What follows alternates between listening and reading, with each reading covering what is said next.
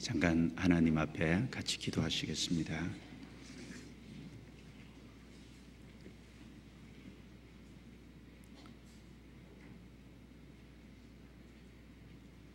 자비로우시고 은혜로우신 우리 아버지 하나님, 예수님의 피로 우리의 죄를 씻어주시고 심판과 멸망 가운데 처해야 될 우리들을 그 가운데서 건져주시고 영원한 천국의 소망을 주시며 하나님의 거룩한 자녀로 삼아주신 은혜를 감사합니다. 여전히 부족하고 나약함에도 불구하고 변함없는 사랑으로 저희를 붙잡아 주셔서 오늘 이 시간까지 함께할 수 있도록 해주시고 진리 가운데 행할 수 있게 다스려 주신 것 감사합니다. 하나님께서 역사하사 학예 수양에 무사히 진행되게 해주신 것 감사합니다. 이번에도 많은 사람이 구원을 받음으로 하나님 아버지께 기쁨과 영광이 된 줄 알고 감사합니다. 또 저희를 사용해 주셔서 그 가운데 참여하게 해주시고 쓰임받게 도와주시며 보람된 일을 할 수 있도록 도와주신 것 감사합니다. 이 주간에도 공주에서 또 광주에서 마지막 수양례가 진행되고 있습니다. 주님께서 친히 함께 하셔서 말씀을 전하시는 목사님들 그 입술을 주관해 주시고 상담하는 모든 전도인들의 입술을 주관해 주셔서 간절과 혼과 골수를 찔러 쪼개는 날카로운 말씀, 또 반석을 부서뜨리는 방망이 같은 말씀으로 완고한 사람들의 마음을 깨뜨려 주시고 주님께서 이루신 그 복음의 귀한 사실을 마음으로 받을 수 있도록 역사해 주시옵소서. 한 사람도 헛되이 왔다 가지 않도록 그 발걸음을 지켜주시고 인도해 주시옵소서. 마지막까지 잘 마칠 수 있도록 주께서 도와주시옵소서. 이 시간도 주님의 말씀 앞에 함께 모였습니다. 마땅히 알아야 될 말씀으로 깨닫게 해주시고 말씀으로 우리의 잘못된 것이나 합당치 못한 것 있으면 나타나게 해주시고 바른 길이 무엇인지 더욱 알게 해주시고 고쳐갈 수 있도록 인도해 주시옵소서. 더욱 변화되는 생애를 통해서 주님의 영광만이 우리의 삶을 통해 드러날 수 있도록 도와주옵소서. 전 세계 많은 곳에 복음이 더욱 활발하게 해 주시옵소서. 이 시간 함께하지 못한 성도들 어느 곳에 있든지 일일이 도와주시고 있는 자리에서 주님을 가까이 할 수 있도록 인도해 주옵소서. 시종을 주님께 부탁하오며 저희를 구원해 주신 예수님 이름으로 기도드리옵니다. 아멘. 시편 73편을 찾겠습니다. 시편 73편입니다.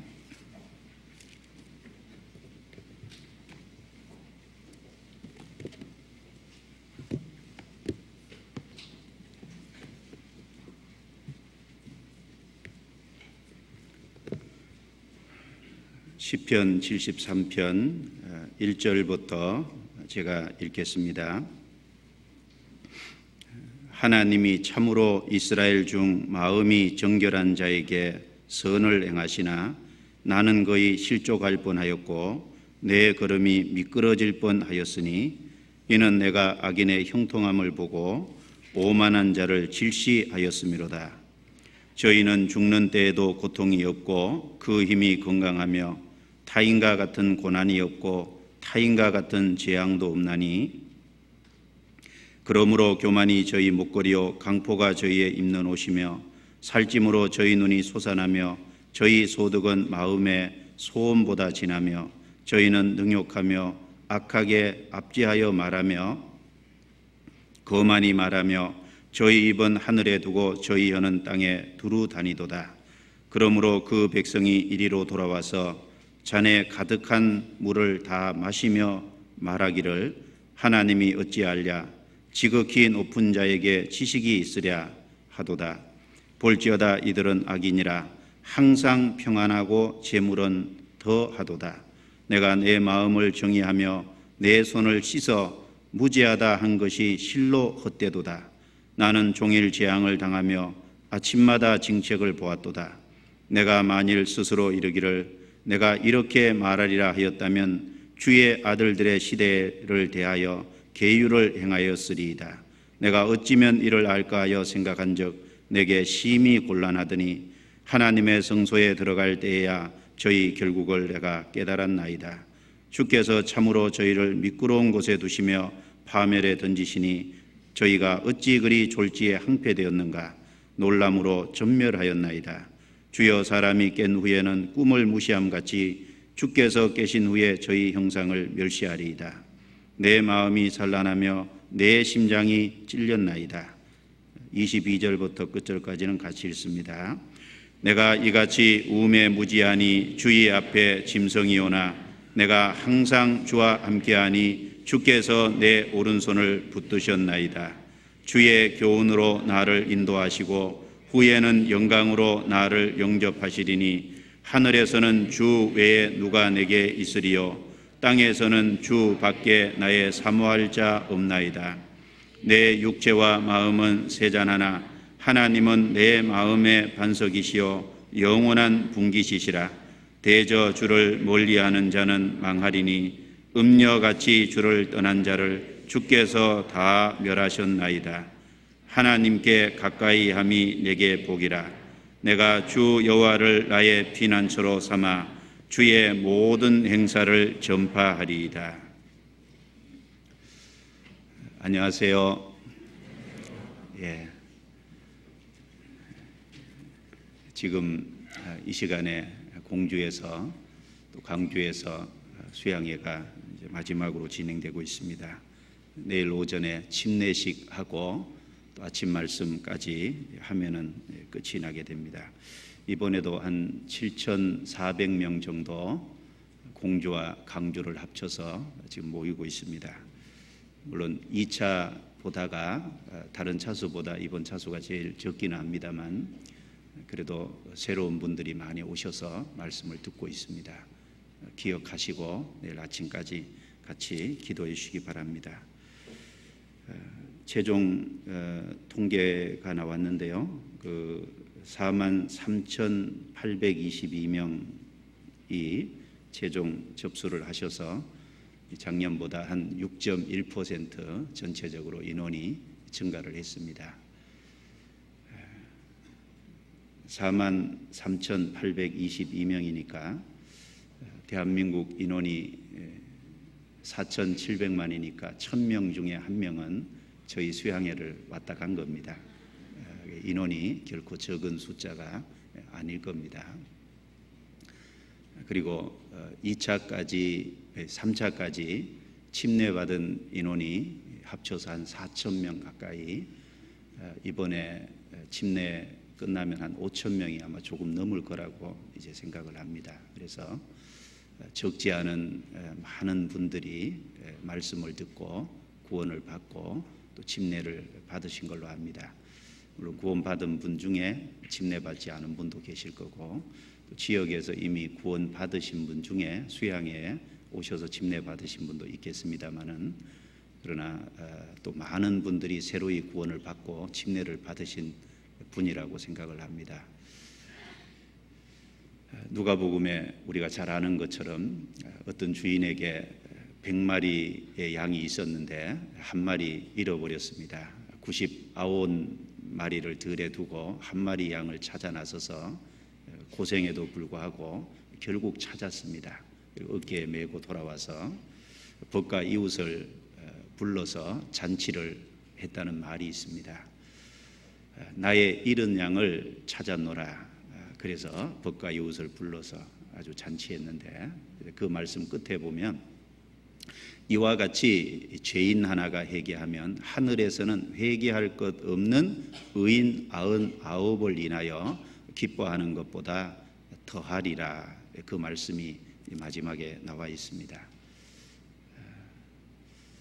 물론 거기 주인은 하나님이고 이제 99마리의 양은 이미 하나님 앞에 구원받고 돌아온 사람을 가리킬 겁니다. 한 마리의 잃어버린 양은 아직 구원받지 못했다가 새롭게 구원받은 한 사람을 뜻할 겁니다. 99명이 하나님께 돌아와서 기뻐하고 교제하는 거 하나님이 좋아하시죠? 얼마나 기뻐하시겠습니까? 그러나 거기에 새로이 구원받는 역사가 없다면 하나님의 기쁨은 좀 덜할 거예요.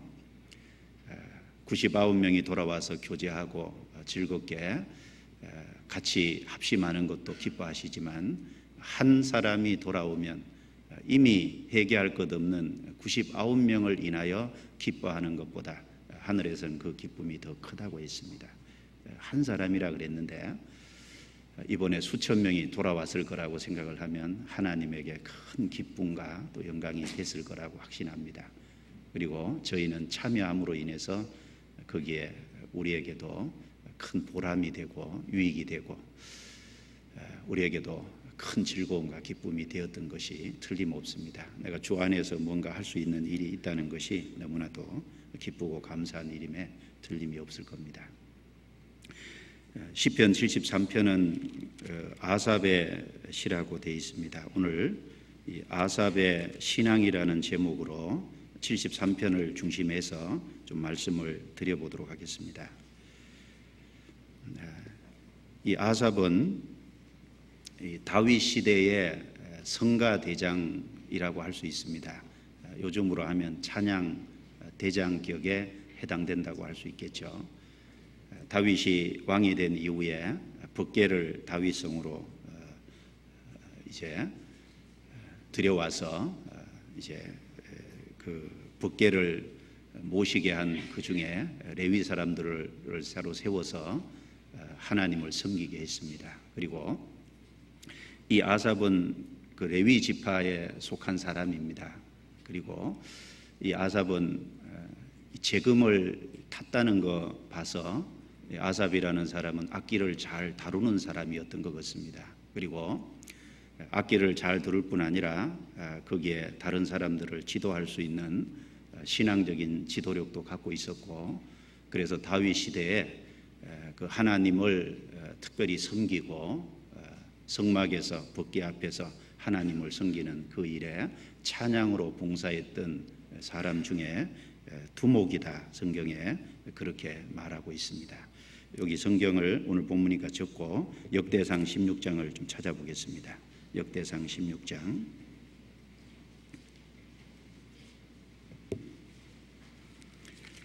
역대상 16장입니다.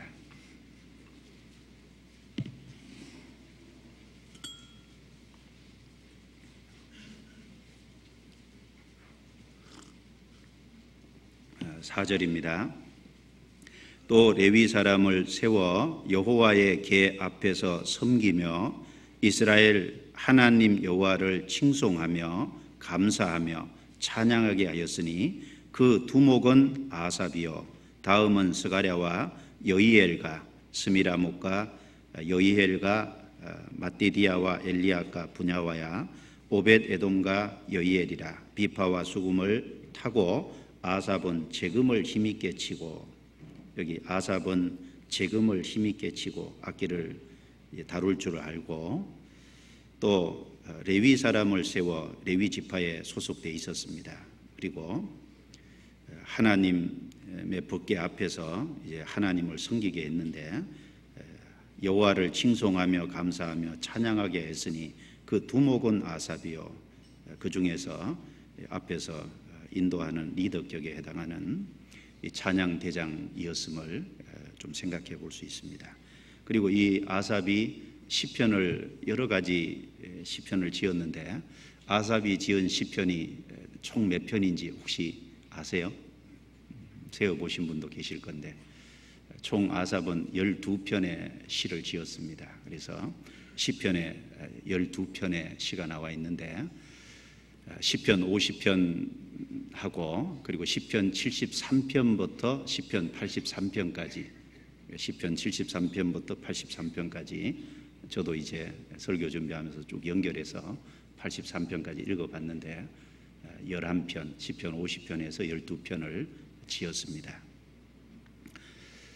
그리고 이 아삽은 또 다른 성경에 보면은 선견자였다, 이제 그렇게도 이제 기록이 되어 있습니다.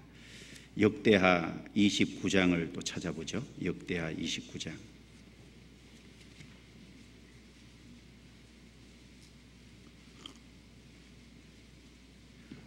역대하 29장 30절입니다.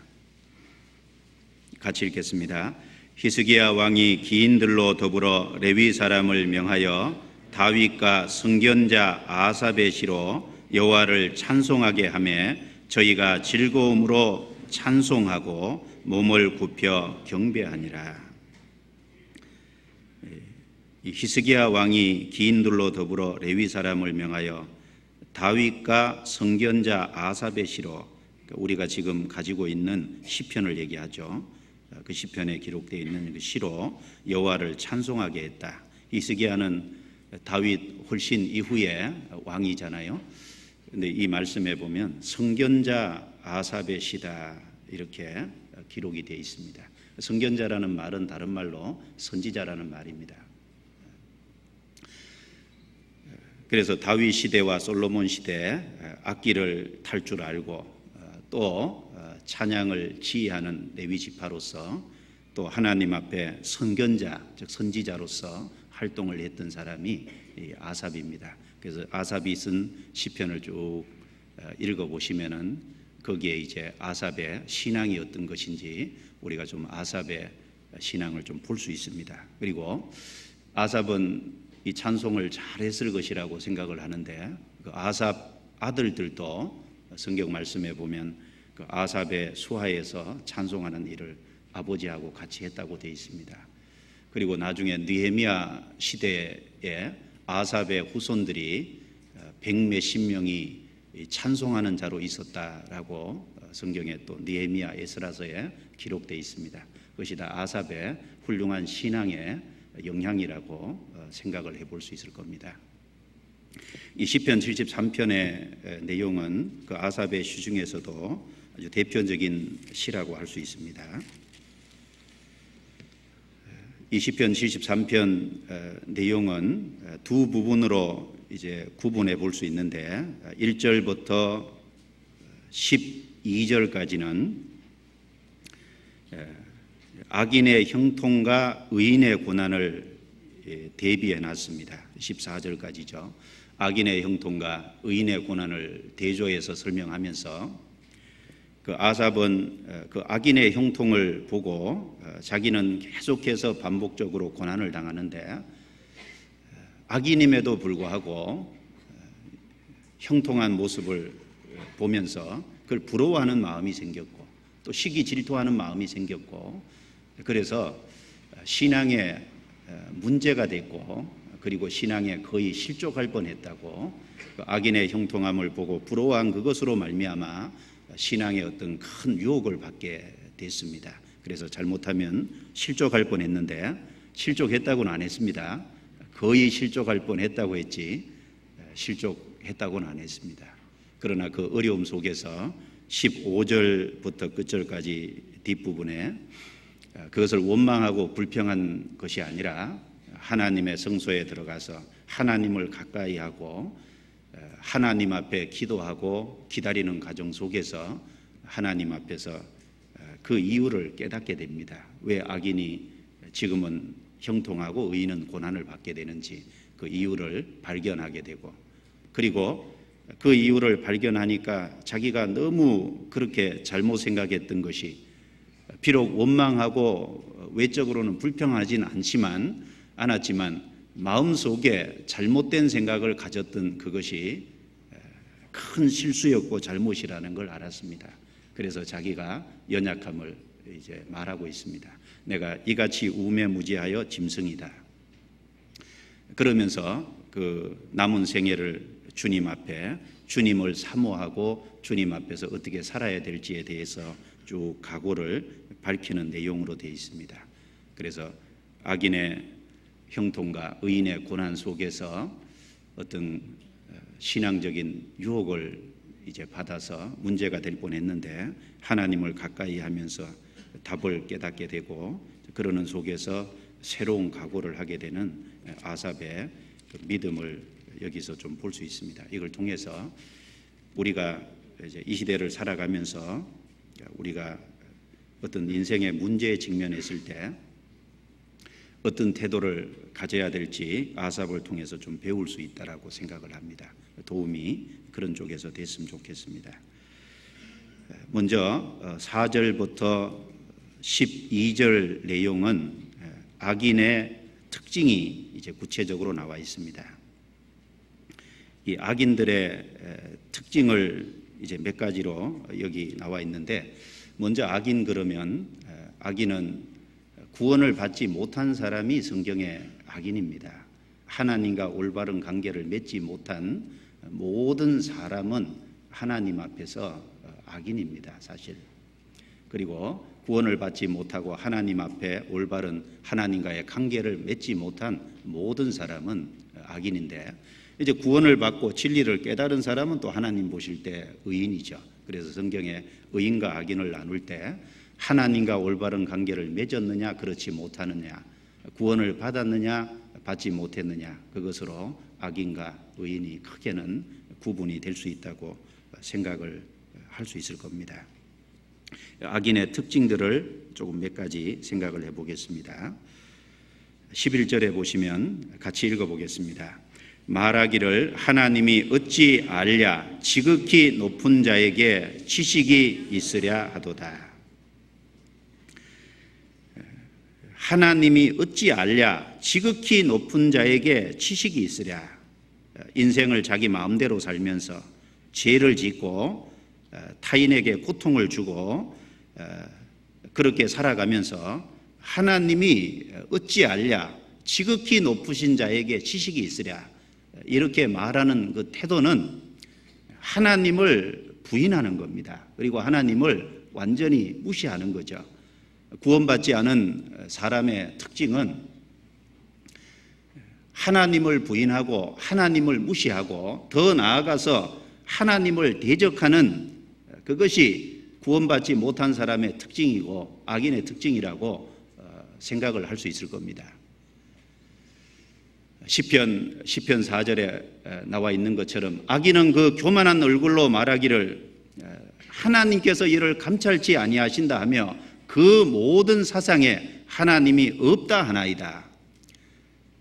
악인의 특징은 그 모든 사상에 하나님이 없다 하나이다. 그렇죠. 하나님을 부인합니다. 시편 14편 1절에도 말씀하기를 어리석은 자는 그 마음에 이르기를 하나님이 없다 하도다. 악인, 어리석은 자.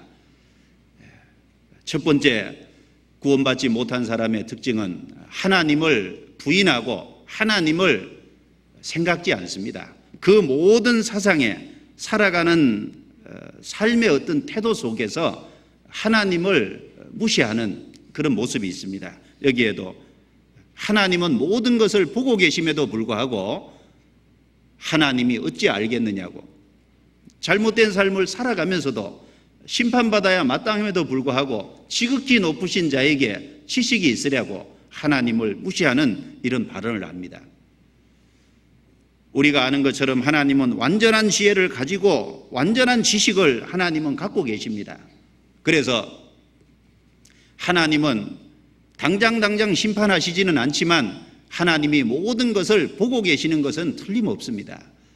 욥기 11장 11절에 하나님은 허망한 사람을 아시나니 악한 일은 상관치 않으시는 듯하나 다 보시느니라.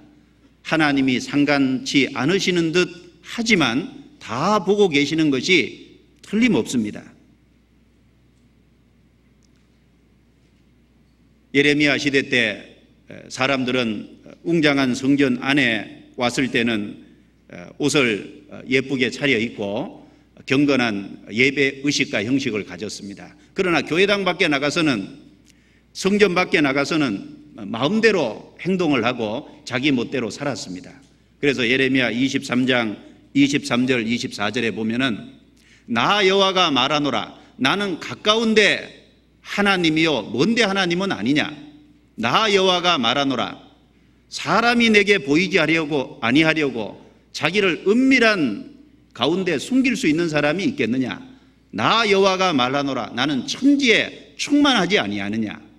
가까운데 하나님이라는 건 성전 안에 계신 하나님이냐 그 말입니다. 가까운데 계신 것뿐 아니라 먼데 성전 바깥에, 그리고 하나님은 천지에 충만하시고, 그래서 사람은 누구든지 자기를 하나님 앞에 숨기려고 은밀하게 감출 수 있는 사람이 아무도 없다고 분명히 말했습니다. 그런데 구원을 받지 않고 하나님을 삶 속에 인정하지 않는 악인들의 모습은 하나님을 무시하는 발언을 합니다. 그리고 더 나아가서 하나님을 대적합니다. 10절에 보면 9절입니다. 저희 입은 하늘에 두고 저희 혀는 땅에 두루 다니도다. 저희 입은 하늘에 두고, 이 하늘에 입을 뒀다는 말이 밑에 다른 사본에 보면 하늘을 대적하고 이렇게 나와 있습니다. 입을 하늘에 뒀다. 즉 하나님을 대적하는 모습입니다. 그리고 입을 하늘에 뒀다는 건 마치 자기가 하나님인 양 하나님의 위치에 있기라도 한 듯이 교만한 모습이라고 할 수 있습니다. 그래서 교만할 뿐 아니라 하늘을 대적하는, 바벨탑 쌓을 적에 우리 이름을 내고 하나님의 이름을 내는 것이 아니라 모여서 자기들의 이름을 내기 위해서 큰 역사를 이뤘습니다. 그 바벨탑 쌓는 그것을 영화로 만든 걸 보면은 그 바벨탑 만든 그 위에서 니무롯이라는 사람이 하늘을 향해서 화살을 날립니다. 하나님을 대적하고 도전하는 그런 모습이라고 할 수 있습니다. 그것이 악인의 특징입니다. 그럴 뿐 아니라 악인의 특징은 아주 교만합니다. 입을 하늘에 뒀다는 것처럼 자기가 마치 하나님인 것처럼, 자기 인생의 주인이 자기인 것처럼 행동을 하는 것이 악인의 특징이라고 할 수 있습니다. 하나님을 믿으라고 하면은 내 주먹을 믿는다고, 자기 인생의 주인이 자기인 것처럼 행동합니다. 그래서 6절에 보시면 그러므로 교만이 저희 목걸이요 강포가 저희의 입는 옷이며, 교만이 저희 목걸이다. 이 목걸이는 장신구입니다. 그리고 고대 세계에서 이 목걸이가 어떤 것을 했느냐에 따라서 그 사람의 사회적 지위와 신분과 어떤 그 사람의 부의 척도를 가르쳐 주는 것 중에 하나가 목걸이라고 할 수 있습니다. 그 사람의 신분을 나타내 주는 거죠. 이 교만이 저희 목걸이라는 것은 악인의 그 삶의 특징, 그 악인을 대표적으로 나타내 주는 것 중에 하나가, 그 삶의 특징에서 볼 수 있는 것 중에 하나가 교만입니다. 그래서 자기 자신을 높이는, 그리고 사람들을 대하고 사람들과의 관계 속에서 강포가 저희의 입는 옷이며, 그런 것처럼 사람들과 사이에서는 강포가 아주 그 삶의 생활 속에 아주 물들어 있습니다. 옷은 사람에게 반드시 필수적인 것이고, 그리고 옷은 늘 입고 다녀야 됩니다. 그런 것처럼 이 강포가 옷이라는 것은 이 사람의 행동의 특징 자체가 늘 강포라는 겁니다. 강포라는 말은 강압, 억압 이런 표현이겠죠. 그리고 폭력, 잔인함 이런 것을 이야기할 겁니다. 사람들을 대하는 태도에서 이 강압적인 말투, 강압적인 자세, 이것이 악인의 특징이라고 할 수 있습니다. 그리고 폭력, 사람을 꼭 때리는 것도 폭력이지만 언어적으로 아주 함부로 말하는 것도 그 폭력입니다. 엄청난 폭력이고 사람에게 상처를 주는 겁니다. 성경 말씀에 보면은 혹은 칼로 찌르는 것처럼 함부로 말하며, 성경에 그런 말씀이 있습니다. 말을 함부로 하면은 그 상처를 받는 사람은 칼로 찔리는 것처럼 마음속에 큰 상처를 받고, 그 말로 상처를 받은 것은 아주 오래 갑니다.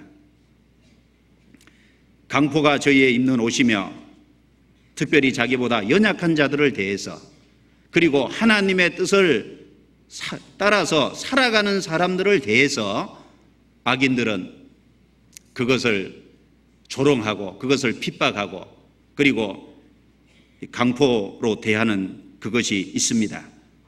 그리고 동시에 8절에 저희는 능욕하며 악하게 압제하여 말하며 거만히 말하며 저희 입은 하늘에 두고 저희 혀는 땅에 두루 다니도다. 능욕은 조롱입니다. 사람들을 대하는 태도 속에서 조롱하고 핍박하는, 그리고 악하게 압제하여 말하며, 말하는 태도도 보면 압제하여 말합니다. 그리고 거만히 말합니다. 거만히 말하는 것은 다른 번역에 보면은 높은 데서 말한다. 마치 자기가 주인의 위치에 있는 것이냐, 주인이 종을 함부로 부리듯이 거만하게 말합니다. 그리고 저희 입은 하늘에 두고, 하늘에 둔다는 것처럼 하나님의 위치에 있는 것처럼 뭔가 말을 할 적에 거만히 말을 합니다. 그리고 저희 혀는 땅에 두루 다니도다. 혀가 땅에 두루 다니다는 것은 무엇을 말하겠습니까? 사람을 참소하고, 그리고 사람에게 말로 상처를 주고, 그리고 사람을 넘어뜨리는 그 일을 위해서 악인들은 바쁘게 다니는 겁니다. 바쁘게. 욥기 1장에 보면은 하나님 앞에 천사들이 와 있고 거기에 사단도 와 있었다고 되어 있습니다. 하나님께서 사단에게 물었습니다. 내가 어디서 왔느냐? 사단이 대답하기를 내가 여기저기 두루 돌아다녀 왔나이다. 여기저기 두루 돌아다녀 왔다. 왜 사단이 여기저기 두루 돌아다닙니까? 사람을 넘어뜨리기 위해서, 세우기가 위해서가 아니라 넘어뜨리기 위해서, 잘못된 곳으로 끌고 가기 위해서, 하나님을 대적하고 하나님을 떠나게 만들기 위해서 바쁘게 다닙니다.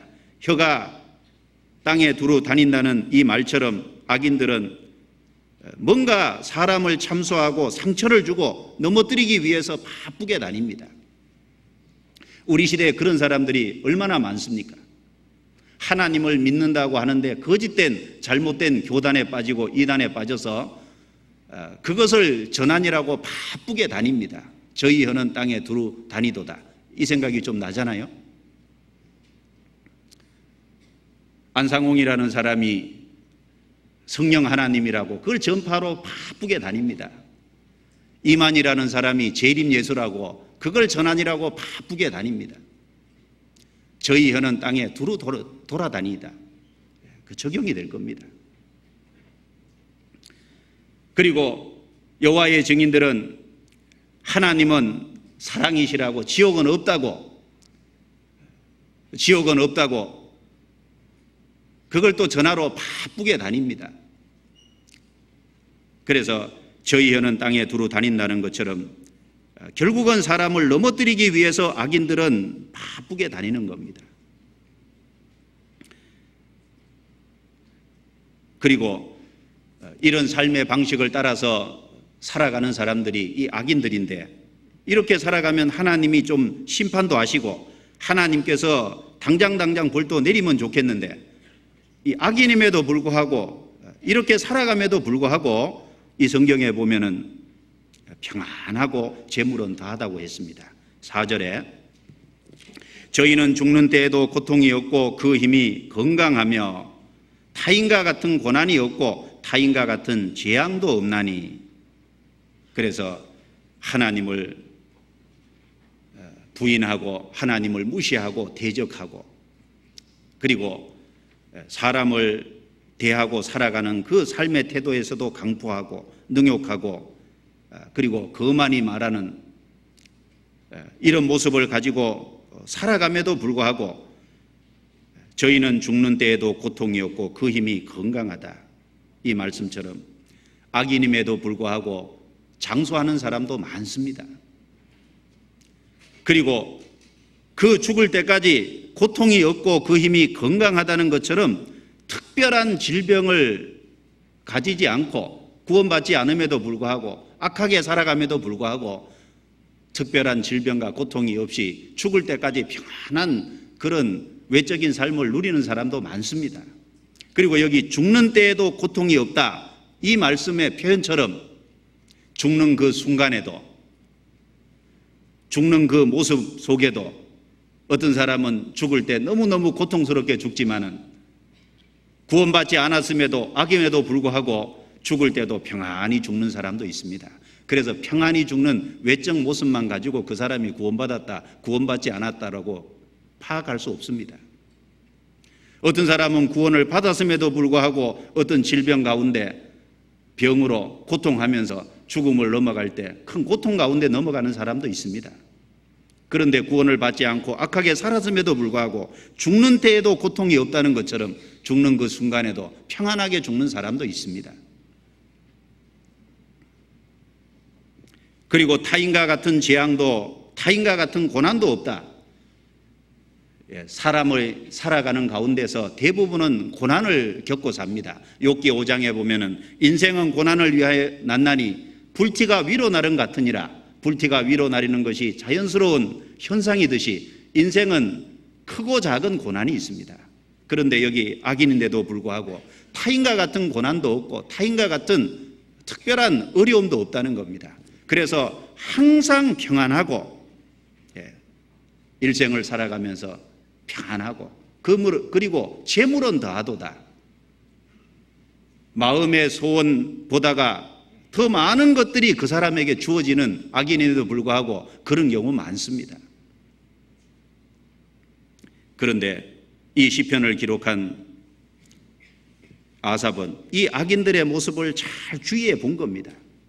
그래서 악인의 특징도 기록해 놓고 그럼에도 불구하고 그 악인임에도 불구하고 살아가면서 죽을 때까지 건강하고 평안하고 그리고 재물은 더 많이 주어지는데 심지어 얼마나 많이 주어지냐. 이 성경에 보면 7절에 이런 말씀이 있죠. 살찜으로 저희 눈이 솟아나며 저희 소득은 마음의 소원보다 진하며 마음에 생각했던 것보다 소득이 진하며 그 말은 더 많이 주어진다는 겁니다. 재물은 더 하도다.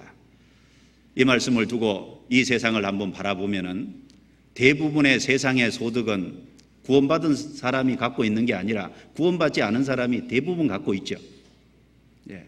사실입니다. 구원받은 사람이 가지고 있는 것은 아주 적은 것에 불과합니다. 고린도전서 1장에도 보면은 하나님의 부르심을 보라. 육체를 따라 지혜 있는 자가 많지 아니하고 능한 자가 많지 아니하고 문벌 있는 자가 많지 않다는 것처럼 세상에 많은 학문을 한 사람도 이제 아주 소수고 능한 자도 아주 소수라 그랬습니다. 지혜 있는 자도 소수라 그랬습니다. 그 지혜는 물론 세상 학문과 지혜를 말합니다. 그래서 구원받은 사람은 작은 재물을 갖고 있는 것에 불과하지만 구원받지 않은 사람은 대부분의 많은 재물을 세상적으로 차지하고 있습니다. 그래서 항상 평안하고 재물은 다하도다. 그런데 이 아삽은 자기 삶을 이제 바깥을 바라보면서 믿지 않는 악인들을 자세히 주의해보고 그리고 자기를 또 바라보니까 자기는 너무 어려움이 많다는 겁니다. 13절 14절 같이 한번 읽어보겠습니다. 내가 내 마음을 정의하며 내 손을 씻어 무죄하다 한 것이 실로 헛되도다. 나는 종일 재앙을 당하며 아침마다 징책을 보았도다. 나는 아삽 자신을 말하죠. 종일 재앙을 당하며. 아삽은 고난을 많이 받았던 사람 같습니다. 종일 재앙을 당하며 이 고난을 말합니다. 믿지 않는 사람은 악한 방법으로 살아감에도 불구하고 평안하고 재물은 다하는데 자기의 삶을 보니까 나는 고난이 너무 많다는 겁니다. 종일 재앙을 당하며. 과거에도 지금하고 마찬가지고 또 더 어려웠을 겁니다. 이 세상은 여기 악인들의 삶의 특징이 나와 있는 것처럼 그렇게 살아가는 사람들이 대다수를 차지하고 있습니다. 그런데 진정으로 하나님을 사랑하고 하나님과 올바른 관계를 맺고 구원을 받고 하나님을 섬기며 삶이 구별돼서 살아가는 사람은 아주 좋습니다. 그런데 그 믿지 않는 대부분의 삶의 특징을 가진 사람들 속에 우리는 끼어 살고 있습니다. 이 세상에는 믿는 사람도 있고 믿지 않는 사람도 있습니다. 그 속에서 살아가기 위해서는 결국은 조롱과 핍박 이런 것을 당할 수밖에 없을 겁니다. 그런 사람들의 삶의 특징을 따르지 않고 뭔가 거기서 구별되기 위해서는 그 가운데서 받는 고난과 고통이라는 것이 틀림없이 있을 겁니다. 그래서 시편 34편 19절에 보면은 의인은 고난이 많으나 그랬습니다. 종일 재앙을 당한다는 말씀처럼 의인은 고난이 실제로 많습니다. 디모데후서 3장 12절 말씀에 보면은 무릇 그리스도 예수 안에서 경건하게 살고자 하는 자는 핍박을 받으리라. 그리스도 예수 안에서 구원받고 이제 그 안에서 경건하게 살고자 하는 자, 하나님의 뜻을 따라 하나님께 순종하며 바르게 인생을 살기 원하는 사람에게는 핍박이 있으리라. 육신적으로 평안이 있다고 한 게 아니라 핍박이 있다 그랬습니다. 왜? 세상 사람들은 그런 모습을 좋아하지 않기 때문에 그렇습니다. 그래서 요한복음 15장에 예수님께서 말씀하시기를 이 세상이 너희를 미워하면 너희보다 먼저 나를 미워한 줄 알라. 너희가 세상에 속하였으면 세상이 너희를 사랑할 터이나 너희는 도리어 세상에서 나의 택함을 입은 자인 거로 세상이 너희를 미워하느니라. 우리가 이 세상에서 구별돼서 하나님께 택함을 입었기 때문에 구원을 받았기 때문에 세상이 그리스도인들을 미워합니다. 그래서 믿지 않는 사람이 대부분인 그 속에 섞여 살다 보면은 거기에서 오는 고통과 고난이 있습니다. 그래서 나는 종일 재앙을 당한다고 이 말을 하고 있습니다. 베드로전서 4장에도 우리가 기억할 겁니다. 극한 방탕에 다름질하지 아니한 것을 이상히 여겨 비방하나 구원을 받고 이제 바른 삶의 태도로 살려고 하는데 믿지 않는 사람들은 자기들처럼 극한 방탕에 다름질하는 그걸 즐기고 살아야 되는데 그걸 거기서 구별되고 살려고 하는 그 모습을 이상히 여긴다 그랬습니다. 그래서 그걸 좋아하는 게 아니라 좋아하는 사람도 있지만 대부분의 많은 사람은 그것을 비방합니다. 그리고 그것에 대해서 핍박하고 조롱합니다. 그리고 그것을 넘어뜨리려고 합니다. 거기에서 오는 고난이 있습니다. 또 그리고 하나님께서 그리스도인들을 단련하시기 위해서 주는 고난도 있잖아요. 너희가 여러 가지 시험을 인하여 잠깐 근심하게 되지 않을 수 없었으나 오히려 크게 기뻐하도다. 너희 믿음의 시련이 불로 연단하여도 없어질 것보다 더 귀하여 예수 그리스도에 나타나실 때 칭찬과 존귀와 영광을 얻게 하려 함이라. 베드로전서 1장 6절 7절 말씀처럼 칭찬과 존귀와 영광을 얻도록 하기 위해서 하나님이 단련하기 위해서 주시는 고난이 있습니다.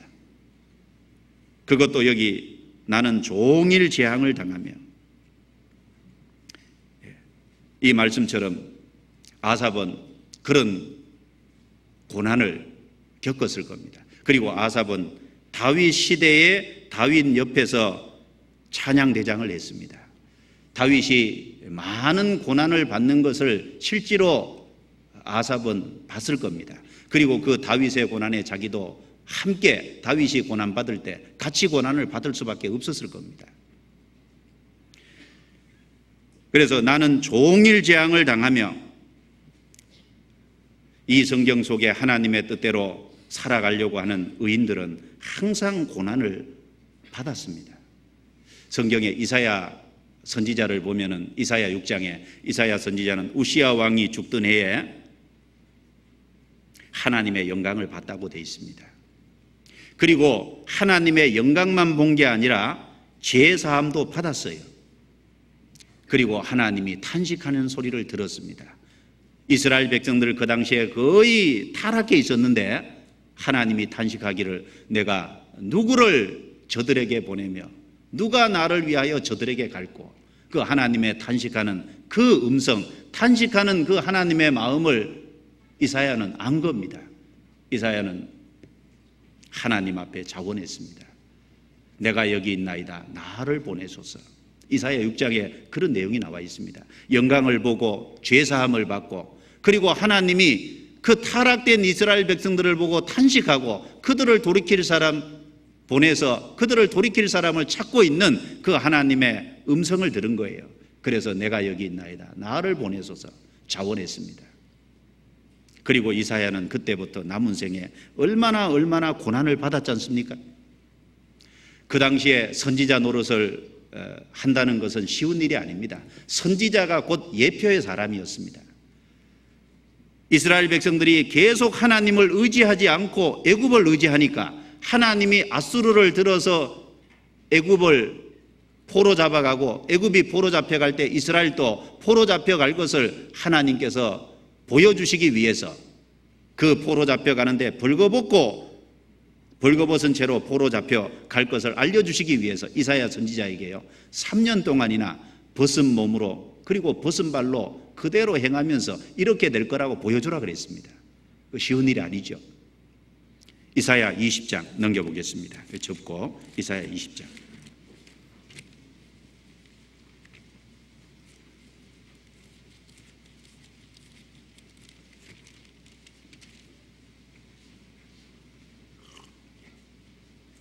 이사야 20장 1절부터 제가 읽어보겠습니다. 아수르 왕 사루곤이 군대 장관을 아스돗으로 보내매 그가 와서 아스돗을 쳐서 치하던 해 곧 그때 여호와께서 아모스의 아들 이사야에게 일러 가라사대 갈지어다 내 허리에서 배를 끄르고 내 발에서 신을 벗을지니라 하시매 그가 그대로 하여 같이 읽습니다. 벗은 몸과 벗은 발로 행하니라. 벗은 몸과 벗은 발로 행하니라. 3절에요. 여호와께서 가라사대 나의 종 이사야가 3년 동안 벗은 몸과 벗은 발로 행하여 애굽과 쿠스에 대하여 예표와 기적이 되게 되었느니라. 이 당시에 선지자 일을 한다는 것은 선지자의 모습을 통해서 곧 말뿐만 아니라 그 행동을 통해서 모습을 통해서 예표와 일어날 어떤 것을 미리 보여주는 것이었습니다.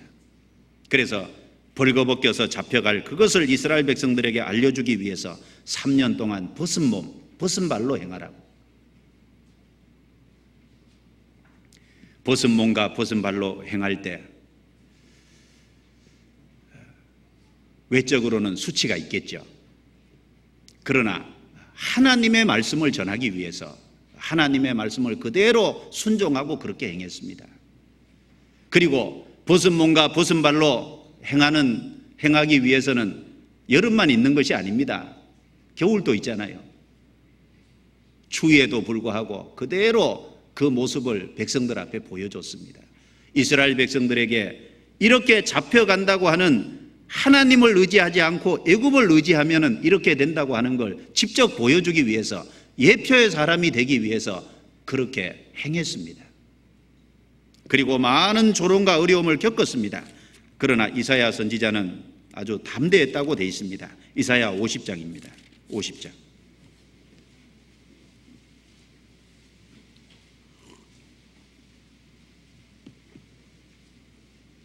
이사야 50장 6절입니다. 같이 읽겠습니다. 나를 때리는 자들에게 내 등을 맡기며 나의 수염을 뽑는 자들에게 나의 뺨을 맡기며 수욕과 침뱉음을 피하려고 내 얼굴을 가리우지 아니하였느니라. 주 여호와께서 나를 도우심으로 내가 부끄러워 아니하고 내 얼굴을 부싯돌같이 굳게 하였은즉 내가 숫지를 당지 아니할 줄 아노라. 물론 예수님에 대한 예언의 말씀인 동시에 이사야 선지자 개인에 대한 얘기도 됩니다. 때리는 자에게 등을 맡기며 수염을 뽑는 자들에게 뺨을 맡기고 수욕과 침뱉음을 피하려고 내 얼굴을 가리우지 아니하였느니라. 수욕과 침뱉음도 많이 당했을 겁니다. 그런데 그럼에도 불구하고 얼굴을 부싯돌같이 담대하게 하나님의 말씀을 전했다고 되어 있습니다. 예레미야 1장에 보면 어릴 때 하나님의 부름을 받았습니다. 그리고 부름을 받고 난 이후에 너무 많은 고난을 겪었습니다. 어릴 적부터. 그래서 나중에 예레미야가 너무 고난이 많고 어려움이 많으니까 자기 생일을 저주했다고도 되어 있습니다.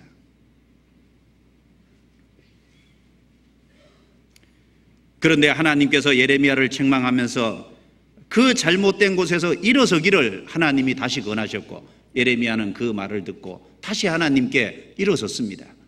그리고 나중에 감옥에 갇히기도 하고, 그리고 온갖 고난을 겪고, 나중에 바벨론이 쳐들어와서 이스라엘 백성들이 그 예루살렘이 항폐되는 것을 자기 눈으로 다 목격했습니다. 그리고 그 포로 중에 붙잡혀 갔다가 나중에 노임을 받고 다시 왔지만은 다시 돌아와서 또 많은 어려움을 겪었습니다. 예레미야도 어릴 적에 부름을 받아서 평생 어려움을 겪었습니다. 그래서 앞서간 믿음의 선진들, 하나님 앞에 올바로 살아가려고 하는, 하나님의 뜻대로 순종하기를 바라는 의인들은 다 한결같이 고난을 받았습니다. 아사뿐 아니라, 다윗뿐 아니라 많은 사람들이 그런 고난을 받았습니다. 요한복음 사도행전 14장 33절 말씀에 우리가 하나님의 나라에 들어가려면 많은 환난을 겪어야 할 것이니라. 환난을 겪어서 천국 들어가는 자격이 된다는 게 아니라 구원받고 난 이후에 주님의 나라에 들어가기까지 그 가운데 인생의 여정 속에 많은 환난이 있을 거라는 말씀입니다. 많은 환난을 통과해서 결국은 가게 될 거라는 걸 말했습니다. 그래서 믿지 않는 사람들 속에 살아가면서 겪는 고난, 또 하나님의 말씀에 순종하고 복음을 전하기 위해서 받는 고난, 그리고 하나님이 우리 자신을 단련하고 우리 자신을 하나님 앞에 섰을 때 칭찬과 영광과 존귀를 얻게 하기 위해서 하나님이 단련하는 그 고난, 그런 고난을 아삽도 똑같이 받은 사람입니다. 그래서 나는 종일 재앙을 당한다고 아삽은 자기 입으로 말하고 있습니다. 그리고 아침마다 징책을 보았노라. 징책이 뭐겠습니까?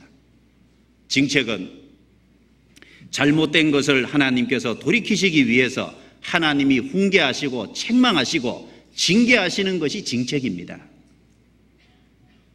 아삽은 다윗 옆에서 다윗이 우리아의 아내를 취하고 우리아를 전쟁터에 내보내서 죽게 만들고, 그로 말미암아 왕위가 찬탈당하고, 그리고 그 쫓겨가서 겪는 어려움을 아삽도 다 봤을 겁니다.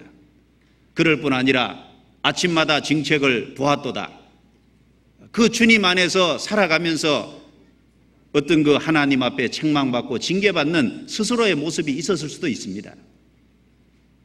그래서 고난도 있고 징책도 보고 종일 재앙을 당하며 아침마다 징책을 받다고. 그래서 히브리서 12장 말씀에 보면은 하나님은 그 사랑하시는 자를 징계하시고 받으시는 아들마다 채찍질 하심이니라. 하나님은 징계하시고 받으시는 아들마다 채찍질 하십니다. 왜? 올바로 살아가게, 잘못된 길에서 돌이키게 하기 위해서 훈계하고 책망하시고 하나님이 징계를 주십니다. 그것을 아삽은 받은 거예요. 자, 한쪽에서는 악인의 삶의 특징을 보니까 너무 악하게 삽니다. 그럼에도 불구하고 죽을 때까지 평안하고 건강하게 삽니다. 타인과 같은 재난도 없고 타인과 같은 고난도 그 사람들에게는 없습니다. 그리고 그들의 소득은 자기 그 사람들이 마음에 품는 소원보다 더 많이 재물이 주어집니다. 항상 평안하고 재물은 다합니다.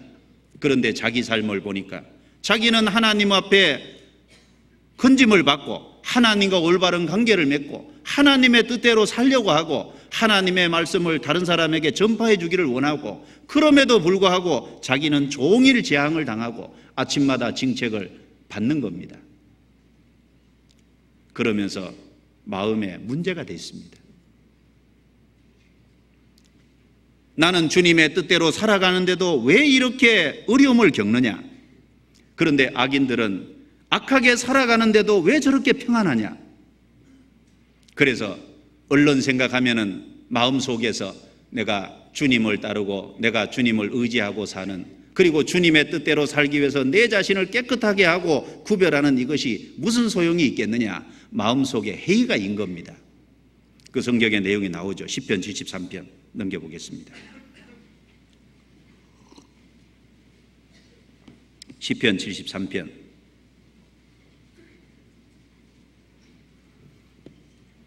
13절을 13절, 14절은 이 아삽의 어떤 고난을 받는 내용과 아삽이 그로 말미암아서 이런 모습을 보면서 마음에 일어나는 생각을 여기 적어 놓은 겁니다. 13절, 14절 다시 같이 읽어보겠습니다.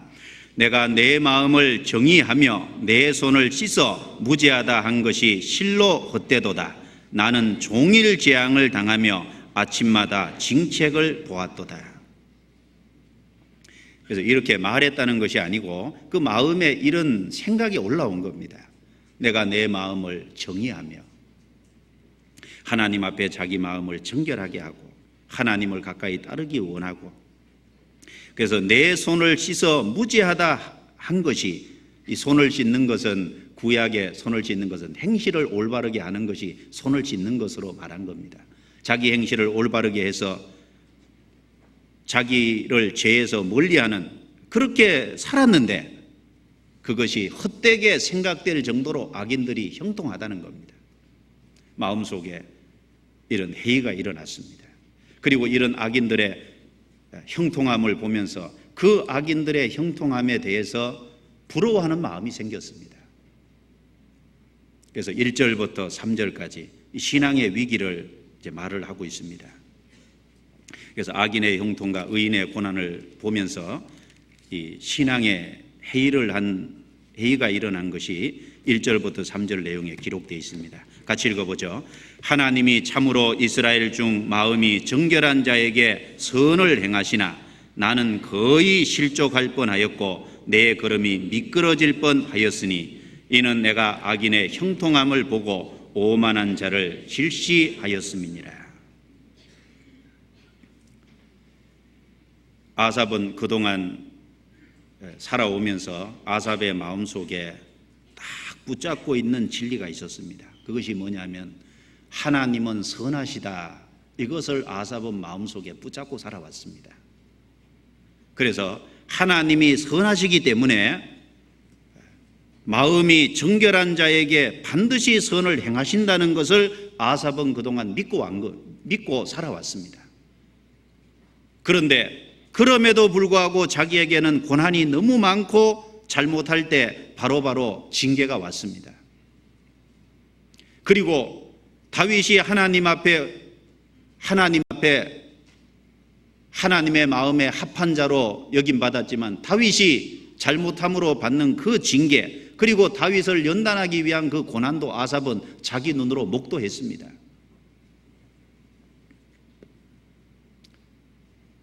그래서 하나님이 선하시기 때문에 마음이 정결한 자에게 선을 행하신다는 건 알지만, 그런데 악인의 고난이 의인의 고난이 너무 크고 악인의 형통이 반대적으로 너무 잘 되는 겁니다. 그 하나님의 선하시다는 그걸 지금까지 붙잡고 살아왔는데 문제는 그것조차도 마음에 회의가 일어난 겁니다. 정말 하나님이 선하실까? 나타나는 외부적인 모습을 보면서 하나님이 선하시다고 하는, 그래서 마음이 정결한 자에게, 즉 하나님을 따르는 자에게 선을 행하신다고 하는 그 사실 자체가 약간 의문이 마음속에 생긴 겁니다. 그래서 나는 거의 실족할 뻔하였고 내 걸음이 미끄러질 뻔했다. 실족까지 한 건 아니지만 거의 실족할 단계까지 갔다는 겁니다. 자기 걸음이 진리를 따르는 그 길에서 미끄러질 뻔했다는 겁니다. 그 이유는 내가 악인의 형통함을 보고, 이 본다는 말 속에 그냥 보는 것이 아니라 자세히 주의해 봤다라는 원래 원어 단어가 그렇게 되어 있습니다. 악인의 형통함을 자세히 보고 오만한 자를 질시했습니다. 이 질시라는 단어도 질투하고 그것을 보면서 시기했다, 더 나아가서는 그것을 부러워했다, 그 말입니다. 그래서 영어 번역에 보면요, 오만한 자를 부러워했다, 그렇게 번역이 되어 있습니다. 그런 마음도 아삽의 마음속에 들었을 겁니다. 그래서 그것이 부러운 마음이 생기다 보니까 거기서부터 모든 문제가 파생돼서 나온 겁니다. 잘못하면은 신앙이 완전히 실족할 뻔했습니다. 이처럼 우리도 인생 속에서 꼭 악인의 형통, 의인의 고난, 이런 외적으로 보이는 이런 문제뿐 아니라 살아가는 인생 속에서 많은 어떤 문제에 직면할 수 있을 거라고 생각합니다. 가정에 어떤 문제가 일어났을 때 왜 그런 문제가 일어나는지 당장 이해가 안 될 때가 많이 있을 수 있을 겁니다. 나는 주님의 뜻대로 바르게 살려고 하는데 내가 직장에 다니면서 직장에 어려운 문제가 내게 올 때 왜 이런 문제가 일어나는지 이해가 안 될 때가 있을 수 있을 겁니다. 여러 가지 답답한 문제 속에 있을 수 있을 겁니다. 아삽은 이런 문제에 직면할 적에 어떻게 행동했느냐, 우리가 그것을 좀 배울 수 있을 필요가 있습니다. 마음속에는 비록 회의가 일어났고 마음속에는 악인의 형통함을 보면서 자기가 신앙생활하는 주님을 따르는 것이 헛되다는 이런 생각도 마음속에 잠시 올라왔지만은, 그러나 아삽은 끝까지 그것을 입으로 내서 불평하고 원망하지는 않았습니다. 마음으로는 그런 생각이 들었지만 입으로 불평하고 원망한 것은 아닙니다. 그래서 넘겨보시면 뒤에 넘기셨어요. 시편 73편 15절부터 17절까지 같이 읽어보겠습니다. 내가 만일 스스로 이르기를 내가 이렇게 말하리라 하였다면 주의 아들들의 시대를 대하여 계율을 행하였으리이다. 내가 어찌면 이를 알까 하여 생각한즉 내게 심히 곤란하더니 하나님의 성소에 들어갈 때에야 저희 결국을 내가 깨달았나이다. 아삽은 이 어려운 시기 속에서 내가 만일 스스로 이르기를 내가 이렇게 말하리라 하였다면 주의 아들들의 시대를 대하여 계율을 행하였으리이다. 이렇게 말하리라 하였다면, 이렇게 말한다는 것이 13절의 내용일 겁니다. 아마 내가 내 마음을 정의하며 내 손을 씻어 무지하다 한 것이 실로 헛되다. 내가 주님을 따라가는 것이 무슨 필요가 있냐, 신앙생활하는 것이 무슨 의미가 있겠냐, 마음으로 그런 회의가 일어났는데 이렇게 말하리라 하였다면 그 말은 입으로는 아직 내지 않는 겁니다. 만약에 입으로 냈다면 더 큰 죄를 지었을 겁니다. 마음에 잘못된 것이 생각이 되고 마음에 잘못된 것이 일어나더라도 그것도 하나님 앞에 죄가 되지만은, 그러나 그걸 입으로 냈을 때는 더 큰 문제가 생깁니다. 아삽은 이런 문제가 있을 때 입으로는 발설하지 않았습니다. 그리고 입으로 바깥으로 내서 원망과 불평을 하지 않았습니다.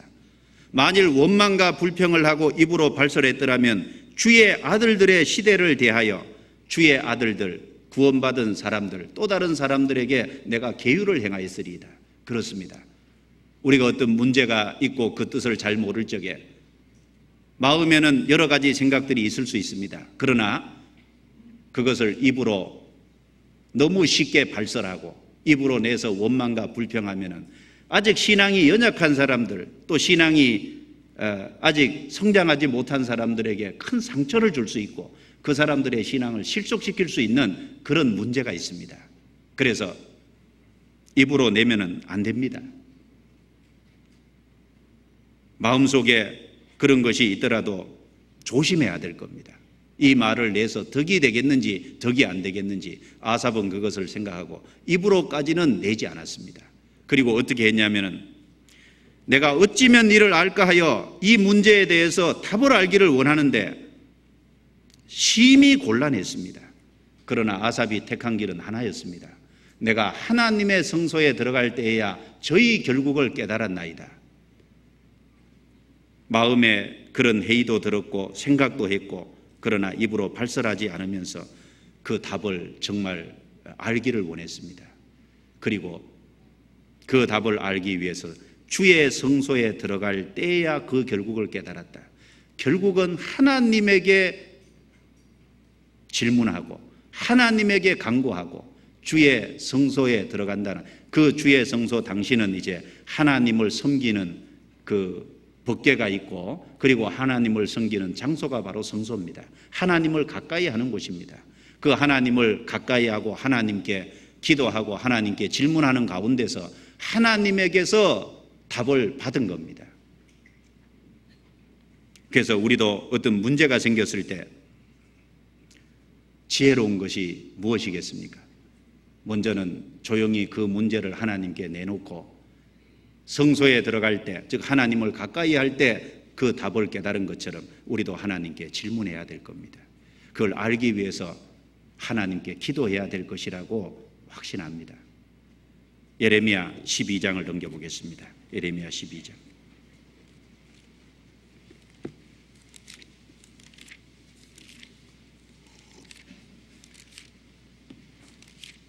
예레미야 12장 1절. 예레미야도 똑같은 어려운 문제에 직면을 했습니다. 그리고 하나님께 질문하는 내용이 나오죠. 12장 1절부터 3절까지 같이 읽습니다. 여호와여, 내가 주와 쟁변할 때에는 주는 의로우시니이다. 그러나 내가 주께 질문하옵나니 악한 자의 길이 형통하며 패역한 자가 다 안락함은 무슨 연고니이까? 주께서 그들을 심으심으로 그들의 뿌리가 박히고 장성하여 열매를 맺었거늘 그들의 입은 주께 가까우나 그 마음은 머니이다. 여호와여, 주께서 나를 아시고 나를 보시며 내 마음이 주를 향하여 어떠함을 감찰하시오니 양을 잡으려고 끌어냄과 같이 그들을 끌어내시되 죽일 날을 위하여 그들을 예비하옵소서. 이 예레미야도 많은 어려움을 겪는 속에 내가 주와 쟁변할 때에는 주는 의로우시니이다. 주님이 의로우시다는 이 확고한 생각을 가지고 있습니다. 그리고 그러나 내가 주께 질문하옵나니 악한 자의 길이 형통하며 패역한 자가 다 안락함은 무슨 연고니까? 예레미야도 똑같은 현상을 봤던 겁니다. 그리고 예레미야도 하나님께 질문을 했습니다. 하나님께 구하는 중에 하나님께로부터 답을 얻기를 바란 겁니다. 하박국서에 보면 하박국 선지자도 이스라엘 백성들이 굉장히 패역하고 있는 그 당시에 하나님이 그걸 벌하지 않는 것이 궁금했습니다. 그래서 하박국 선지자는 하나님께 질문했습니다.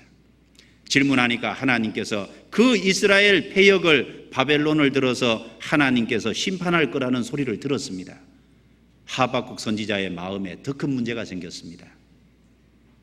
이스라엘 백성이 아무리 패역해도 우상을 섬기는 바벨론 제국 사람들만큼은 패역하지 않다는 겁니다.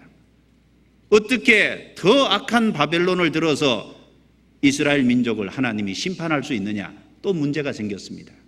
그래서 하박국서 1장 13절에 보면은 하나님은 눈이 정결하심으로 악을 참아 보지 못하시며 패역을 참아 보지 못하시나니 더 악한 자가 의로운 자를 벌하는 것을 하나님이 보고 계시냐고 하나님께 질문했습니다. 그리고 망루에 올라가서 하나님의 응답을 하박국서 2장을 보면 기다리는 내용이 나옵니다.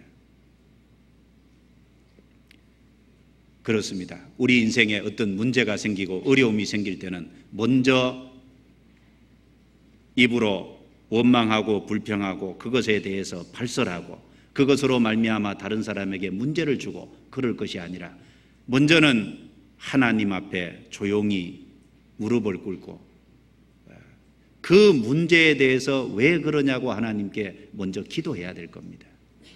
하나님이 답을 주시기를 진정으로 바라야 될 겁니다. 내 생각은 하나님의 생각과 다릅니다. 하나님의 길은 우리 길과 다릅니다. 하늘이 땅보다 높은 같이 하나님의 생각과 계획은 우리보다 훨씬 높습니다. 우리가 미처 생각지 못하는 답이 하나님께 있습니다. 그래서 우리는 하나님께 기도해야 됩니다. 먼저 사람에게 쫓아가기 전에 하나님 앞에 기도해야 될 겁니다. 그와 동시에 하나님의 말씀을 펼쳐놓고 하나님의 말씀에서 말씀으로 답을 주시기를 조용히 성경을 묵상해야 될 겁니다. 그리고도 문제가 안 풀리고 어려움이 있으면은 자기보다 먼저 신앙생활을 하고 자기보다 신앙이 좋은 사람에게 찾아가서 개인적으로 그런 문제에 대해서 의논해야 될 겁니다. 이 문제가 있는데 이 문제를 어떻게 하면 좋겠냐고, 그리고 어떻게 행하면 좋겠냐고 먼저 신앙의 선배, 자기하고 똑같은 사람하고 의논하면 안 됩니다. 자기보다 못한 사람한테 의논해도 안 되죠. 자기보다 신앙이 좋고 신앙의 존경을 받는 사람들한테 찾아가서 그 문제에 대해서 의논하는 것이 마땅할 겁니다. 그리고 전도인에게 찾아와서 의논하는 것도 좋은 방법이 되겠죠. 그리고 어떤 문제에 대한 답은 하나님이 끝까지 안 주실 수도 있습니다.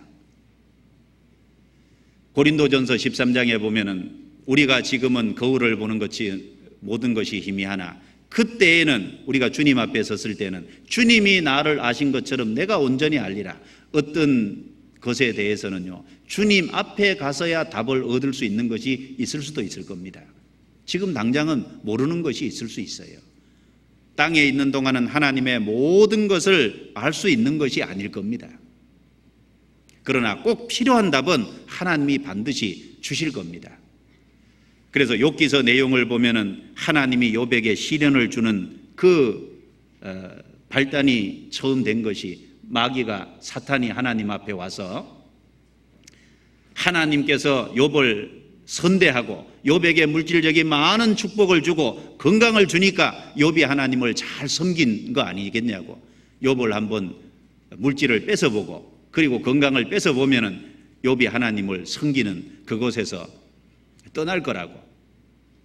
하나님은 욥의 마음을 알고 계셨습니다. 그래서 하나님이 욥의 재물을 뺏고 그리고 10자식을 데려가고 그리고 건강 육신의 머리부터 발끝까지 악창이 드는 것을 허락했습니다. 욥은 그 어려움을 겪는 속에서 많은 마음의 시험과 갈등을 겪었습니다. 하나님을 욕하진 않았죠. 그러나 마음에 많은 시험과 갈등을 겪었습니다. 그리고 저 마음 밑바닥에 있는 교만한 것도 조금 나왔습니다. 그런 어려움이 없으면 드러나지 않을 자기의 교만이, 자기는 의롭다고 하는 그런 교만이 그 대화 속에서 나옵니다.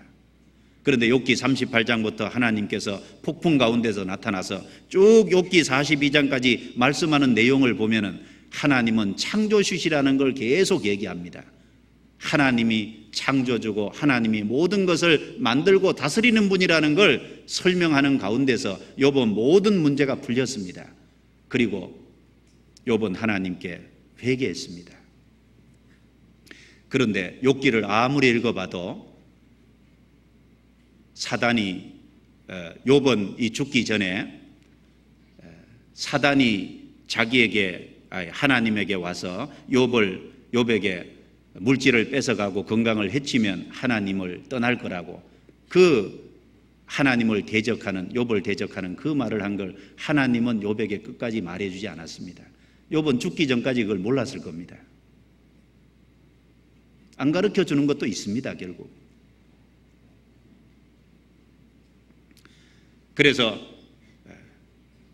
하나님이 우리가 꼭 필요한 것에 대해서는 답을 주시지만은 어떤 것에 대해서는 답을 끝까지 주시지 않을 수도 있다는 것도 조금 생각해야 됩니다. 그리고 답을 주시지 않는 것은 그 답을 안 해줘도 신앙생활하는데 문제가 없기 때문에 답을 안 해주실 겁니다.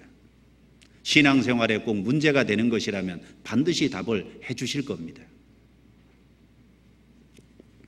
그래서 이 아삽의 그 어려움 속에서 행한 이 태도가 우리가 신앙의 어려움 가운데서 취해야 될 태도라는 것을 우리가 좀 생각해 볼 수 있습니다. 하나님의 성소에 들어갈 때에야 저희 결국을 내가 깨달았나이다. 하나님을 가까이 하는 가운데서 아삽은 거기에 대한 모든 답을 얻었습니다. 그리고 이 시편 73편에는 아삽이 깨달은 내용들이 몇 가지 있는데 조금 보겠습니다. 시편 73편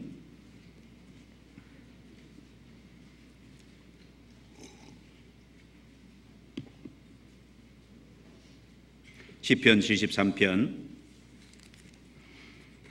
15절을 제가 읽겠습니다. 내가 만일 스스로 이르기를 내가 이렇게 말하리라 하였다면 같이 읽습니다. 주의 아들들의 시대를 대하여 계율을 행하였으리이다. 여기 주의 아들들의 시대라는 이제 말씀이 나옵니다. 아삽이 깨달은 내용 중에 하나는 주의 아들들의 시대가 따로 있다는 사실입니다. 왜 악인은 형통하고 의인은 고난을 받느냐? 답은 주의 아들들의 시대가 따로 있다는 겁니다.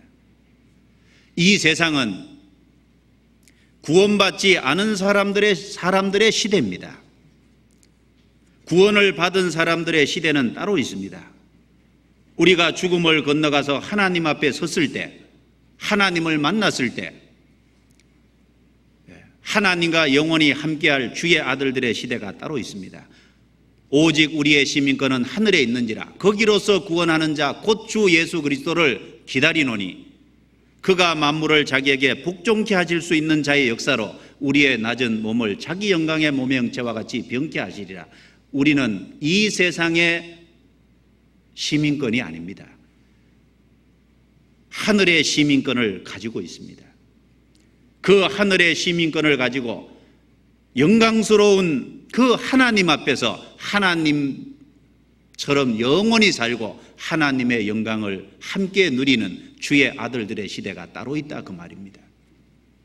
이 세상은요, 이 세상은 주의 아들들의 시대가 아닙니다. 이 세상은 구원받지 않은 사람들의 시대입니다. 누가복음 16장입니다. 누가복음 16장.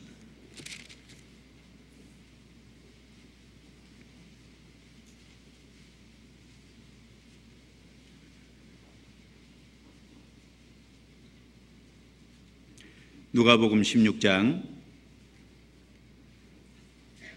9절 8절을 같이 읽겠습니다.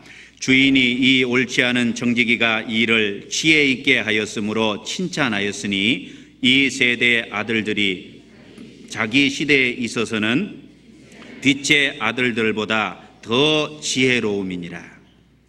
여기 대조되는 두 말씀이 있습니다. 이 세대의 아들들이라는 말씀이 있고 빛의 아들들이라는 말씀이 있습니다. 이 세대의 아들들은 구원받지 못한 사람을 가리킵니다. 빛의 아들들은 구원을 받은 예수님이 빛이시고 그 복음의 빛을 받은 사람들이 빛의 아들들입니다. 이 시대의 아들들, 구원받지 않은 사람들이 살아가는 자기 시대에 있어서는 구원받지 않은 사람들의 사는 시대가 이 세상입니다. 빛의 아들들은, 주의 아들들의 시대는 따로 있습니다. 그것은 주님을 만났을 때 주님과 함께하는 영원한 천국입니다. 이 누가복음 16장 내용은 어떤 정직이의 주인에게 불의한 정직이가 한 사람이 있었습니다. 이 불의한 정직이가 주인의 재산을 계속 허비하는 거예요. 그래서 주인이 그 모습을 보고 이 불의한 정직이를 불러서 내 하는 모든 일을 셈하라. 그래서 권고사직을 시켰습니다. 요즘 말로 하면 자른 거죠. 그런데 이 사람은 그 권고사직을 받고서 돌아와서 가만히 생각해 보니까 큰 걱정이 생겼어요. 이제 이 주인의 집에서 쫓겨나면은 바깥에 나가서 뭔가 해서 먹고 살아야 될 텐데 빌어먹자니 부끄럽고 그리고 자기 손으로 일하자니 힘이 없고 그래서 퍼뜩 좋은 아이디어가 떠올랐습니다. 주인에게 빚을 지고 있는 사람들을 일일이 불렀습니다. 너는 주인에게 얼마나 빚졌느냐? 내가 기름을 100말 빚졌다. 빨리 여기 앉아서 50이라고 써라. 너는 얼마 빚졌냐? 밀 100석을 빚졌다. 그러냐? 빨리 앉아서 여기 80이라고 써라. 주인 허락도 없이 주인의 제사를 자기 마음대로 탕감을 해줬습니다. 이유가 뭐냐면은 자기가 이 일을 그만두고 난 다음에 자기가 이렇게 은혜를 베푼 이 사람들이 자기를 도와줄 것이라고 기대했던 겁니다. 한마디로 말하면 자기가 권고사직을 받고 일을 그만두고 난 그 이후에 자기가 살아갈 방법을 모색한 거예요. 자기 나름대로는 굉장히 깨를 부린 겁니다. 주인이 그 모습을 보니까 칭찬했다 그랬죠. 칭찬했다는 것이 주인이 자기 재산을 허비했는데 그 내용에 대해서 칭찬한 게 아니라 자기 앞으로 살아갈 궁리하는 그거 하나는 기똥차다 그 말이겠죠. 야, 그 사람 머리 좋다. 그래서 칭찬했다 그랬습니다. 그 말을 하면서 이 세대 아들들이 자기 시대에 있어서는 구원받지 않은 사람들이 이 자기 시대, 이 세상이 바로 자기 시대입니다. 그리고 이 세상의 많은 사람들은 장래에 뭘 위해서 준비합니다. 그리고 노후연금이나 여러 가지 자기 미래를 위해서 굉장히 많이 준비하잖아요. 그런데 구원받은 사람들은 이 세상이 우리 시대가 아닙니다. 주의 아들들의 시대가 따로 있다는 겁니다. 아삽이 악인의 형통을 보고 의인의 고난, 이 두 가지 문제에 직면했을 때 아삽이 성소에 들어가서 기도하는 중에 하나님 앞에서 확실히 깨달은 내용이 뭐냐? 아, 우리 시대는 따로 있구나. 주의 아들들의 시대는 확실히 따로 있구나. 이 세상은 하나님께서 악인의 형통을 허락하시는구나. 하나님 악인을 형통을 허락하는 것은요, 하나님의 심판의 다른 모습입니다. 하나님이 좋아서 허락하는 게 아니라 자기들의 좋은 것으로 하나님이 채워주십니다. 그래서 어떤 사람이 얘기하기를 악인에게 형통함을 허락하는 것은 하나님의 심판의 다른 모습이다, 그렇게 말했어요. 그것도 참 일리 있는 말이라고 생각합니다. 야고보서 5장에 보면은 도살의 날에 저희 마음을 살찌게 했다. 도살의 날에 마음을 살찌게 했다 그랬습니다. 잔치집 돼지, 목사님 가끔 얘기하시는데 잔치집 돼지는 잘 먹이지 않습니까? 하나님이 심판하시기 전에 이 세상에 자기들 원하는 것을 그냥 주시는 겁니다. 그런데 육신적으로 재물을 얻고 다른 것은 받으면서 자기 영혼에 대해서는 별로 관심이 없는 거예요. 그것 자체가 하나님의 심판의 모습이고 하나님의 저주의 모습이라고 생각할 수 있습니다. 마음을 강팍하게 하고 악하게 하니까 하나님이 그들의 좋은 것으로 그냥 채워주십니다. 그래서 아삽이 깨달은 내용 속의 한 가지는 주의 아들들의 시대가 따로 있다는 그 사실을 알면서 모든 문제가 사실은 풀렸다고 할 수 있습니다. 그리고 악인이 결국은 심판을 받게 된다는 것도 명확하게 깨달았습니다. 시편 73편 넘겨보겠습니다. 시편 73편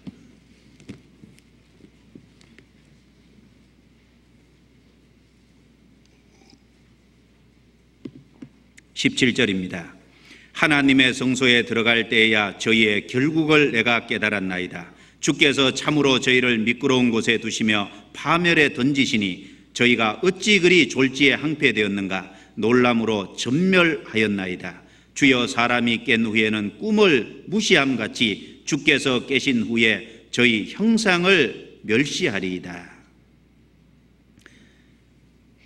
저희의 결국을 깨달았나이다. 그래서 주의 아들들의 시대가 따로 있다는 것을 발견하고, 그리고 악인은 잠시 형통한 것 같지만 그 악인의 결국은 파멸에 던지시고 졸지에 항폐되고 전멸한다고 하는, 완전히 하나님의 심판을 받는다고 하는 그 악인의 결국을 또 하나님 앞에 더 확실하게 발견했습니다.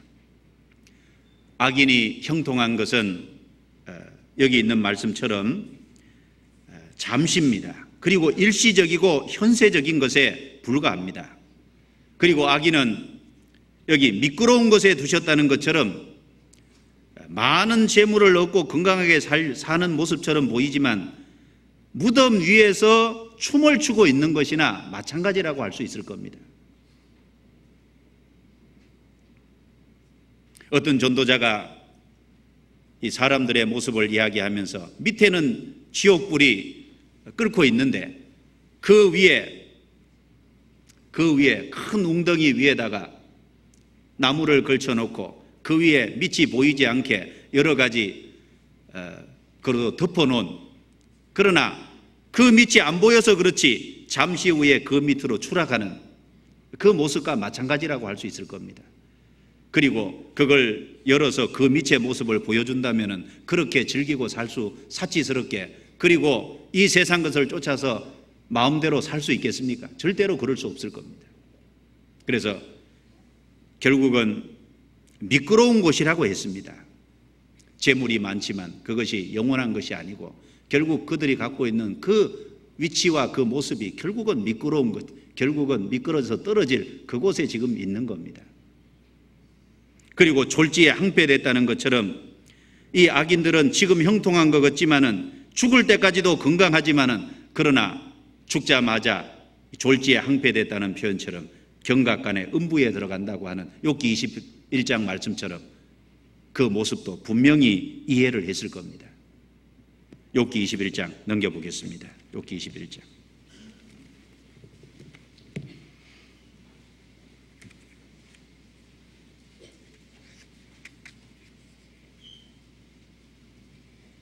욥기 21장 8절부터 7절부터 13절까지 같이 읽겠습니다. 어찌하여 악인이 살고 수를 누리고 세력이 강하냐? 씨가 그들의 앞에서 그들과 함께 굳게 서고 자손이 그들의 목전에서 그러하구나.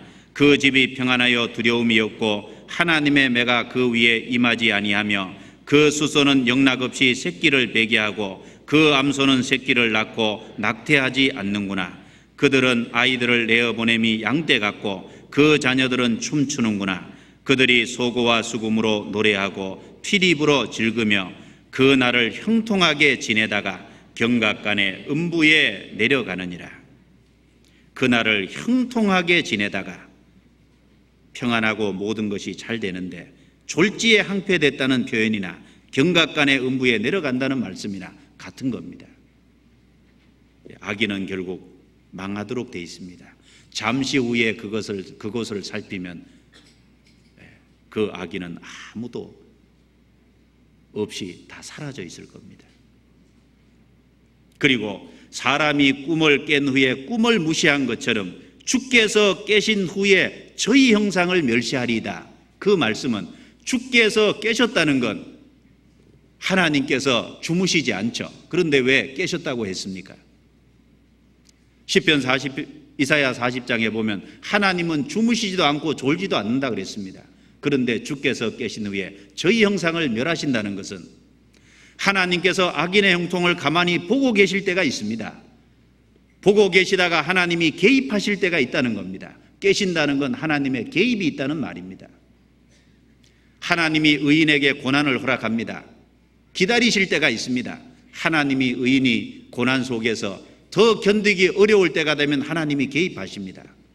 악인의 형통도 있습니다. 그러나 하나님이 개입하시면 그 악인들은 다 심판을 받게 돼 있는 겁니다.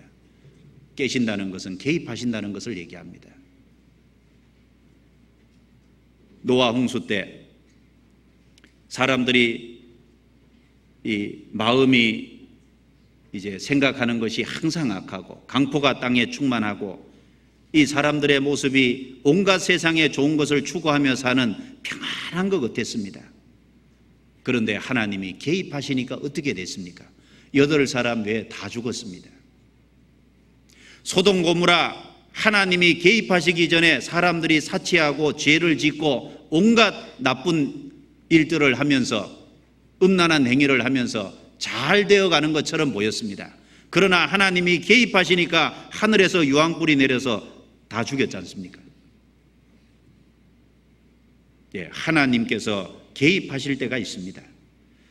이 세상 마지막에 우리는 삽니다. 지금 믿지 않는 사람이 잘 되는 것 같아도 하나님이 개입하시면, 즉 주님이 재림하시면 이 세상은 심판을 받게 돼 있습니다.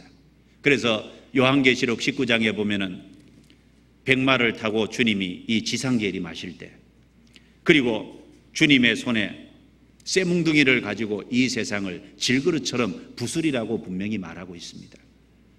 이 세상에서 악인들이 형통하게 지내는 것도 잠시입니다. 그것이 영원히 그렇게 되는 게 아닙니다. 주께서 깨신 후에 저희 형상을 멸시하리이다. 하나님이 심판이 있을 거라는 걸 분명히 말씀하고 있습니다. 시편 73편 다시 넘겨보겠습니다.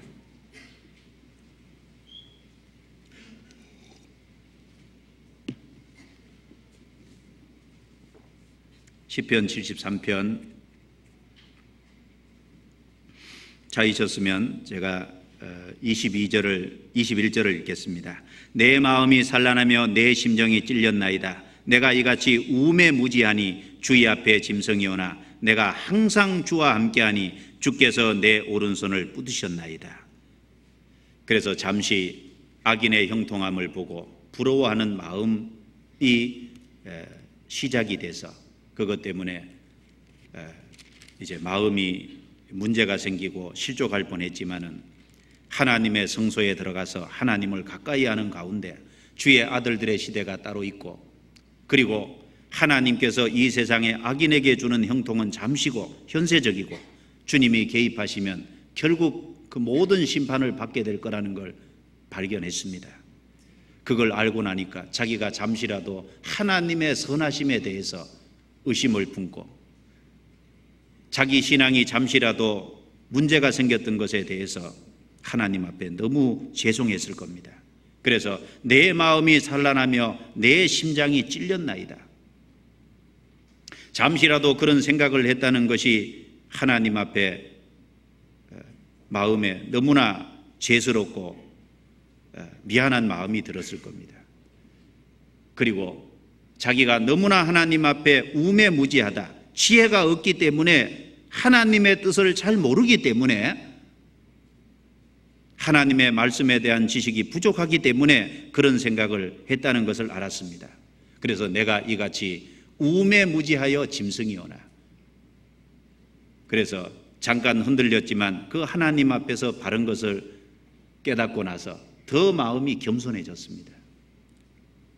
아브라함도 자기를 하나님 앞에 티끌 같은 나라도 자기를 티끌과 같은 존재로 하나님 앞에 겸손하게 낮췄습니다. 잠언 30장에 보면 야게의 아들 아굴의 잠언이라고 말하면서 그 아굴은 자기를 하나님 앞에 짐승이라고 또 표현한 얘기가 나옵니다. 자기를 하나님 앞에 낮춘 모습입니다. 신약 성경을 기록한 14권을 기록한 바울 사도의 글을 보면 바울 사도가 비교적 14권의 서신서를 기록하면서 먼저 기록한 서신서가 이 고린도전서입니다. 이 고린도전서 내용의 15장에 보면은 나는 사도 중에 지극히 작은 자라, 사도하고 자기를 비교하면서 사도보다 자기가 작은 자라고 그렇게 표현했습니다. 나중에 로마 옥중에 들어가서 편지를 보냈는데 그 로마 옥중에서 쓴 편지 중에 하나가 에베소서입니다. 에베소서 3장에 보면은 나는 성도 중에 지극히 작은 자라. 좀 시간이 지났죠? 이제는 사도하고 비교하지도 않습니다. 나는 모든 성도 중에 지극히 작은 자라고 성도하고 자기를 비교해서 자기를 낮추고 있습니다. 그 로마 옥중에 있다가 2년 동안 전도하고 잠깐 풀려났다고 합니다. 그리고 다시 감옥에 들어가서 마지막 서신을 쓴 것이 디모데 전후서입니다. 디모데에게 보낸. 그런데 그 디모데 전서 마지막 보낸 서신에 보면 나는 죄인 중에 개순이라, 죄인 중에 자기를 개수로 이야기하고 있습니다. 그래서 사도 중에 지극히 작은 자, 시간이 지나가면서 성도보다 작은 자, 더 시간이 지나가면서 나는 죄인 중에 개수라고 자기를 점점 낮추고 있는 바울 사도의 모습과 태도를 우리는 성경을 통해서도 볼 수 있습니다. 우리도 구원받고 난 이후에 하나님의 뜻을 깨달아가면 깨달아갈수록 점점 더 하나님 앞에 겸손히 낮아지는 모습이 될 겁니다. 하나님을 더 알아갈수록 틀림없이 그렇게 될 겁니다. 구원받아서 우리가 하나님을 안다고 하지만 사실 조금밖에 모릅니다. 성경을 배워가면서 하나님의 뜻을 알아가면서 내 생각이라는 것이 점점 더 깨어져 갑니다. 내 생각이 너무나도 많이 틀렸고 편협한 생각이라는 걸 알아갑니다. 그걸 알아가면 알아갈수록 자기 마음이 부서지고, 마음이 부서지면 부서질수록 하나님 앞에 자기를 더 낮추게 될 겁니다. 그것이 정상적인 신앙의 모습이라고 할 수 있습니다. 그런데 어떤 사람은 거꾸로 되는 사람이 있어요. 처음에는 겸손한 것 같은데 시간 지나가면서 점점 더 교만해지는 그 모습은 사울의 모습이라고 할 수 있습니다. 사울은 시작은 겸손했잖아요. 나중에는 자기를 높였습니다. 그래서 아말렉을 진멸하라고 하나님의 말씀에 순종했지만 자기 생각에 좋은 것은 마음속에 탐욕이 있었겠죠. 다 살렸습니다. 그리고 사무엘 선지자를 통해서 그것을 책망하니까 핑계를 대고, 그리고 나중에 하나님 앞에 정말 자기의 죄를 회개하는 것이 아니라 끝까지 자기가 이스라엘 백성들 앞에서 자기 위치가 낮아지고 자기 왕으로서 그 신분이 낮아지는 것을 그걸 두려워했지, 하나님 앞에 죄를 짓고 하나님 앞에 문제되어 있는 자기를 두려워한 것이 아닙니다. 하나님을 두려워한 게 아니라 백성들 앞에서 왕의 위치가 이뤄질까 봐.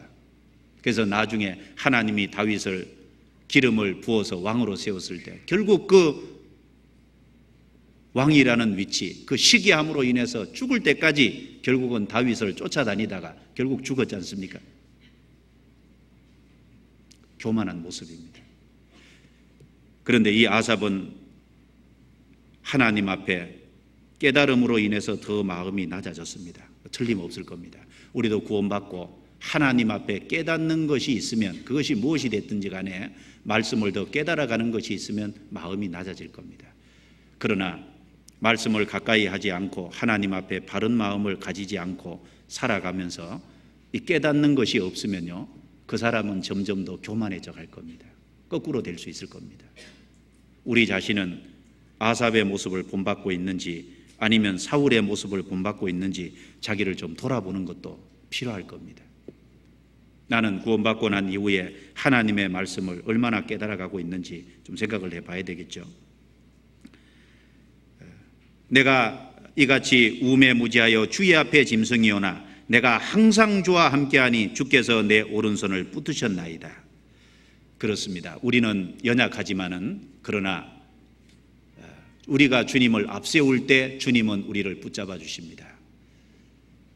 우리가 하나님 앞에서 너무나도 연약하고 지혜가 없고 능력이 없는 것이 틀림없지만, 그러나 내 삶에 하나님을 앞세울 때, 내가 하나님을 의지할 때 주님은 우리를 아삽의 오른손을 붙드셔서 그 거의 시쪽할 뻔 그 자리에서 붙잡아 주셨던 것처럼 하나님께서는 우리 개인도 우리가 연약하며 여러 가지 실수를 할 때가 있더라도 하나님 앞에 바른 마음을 가지고 의지하면, 주님을 앞세우면 주님께서 우리를 붙잡아 주실 겁니다.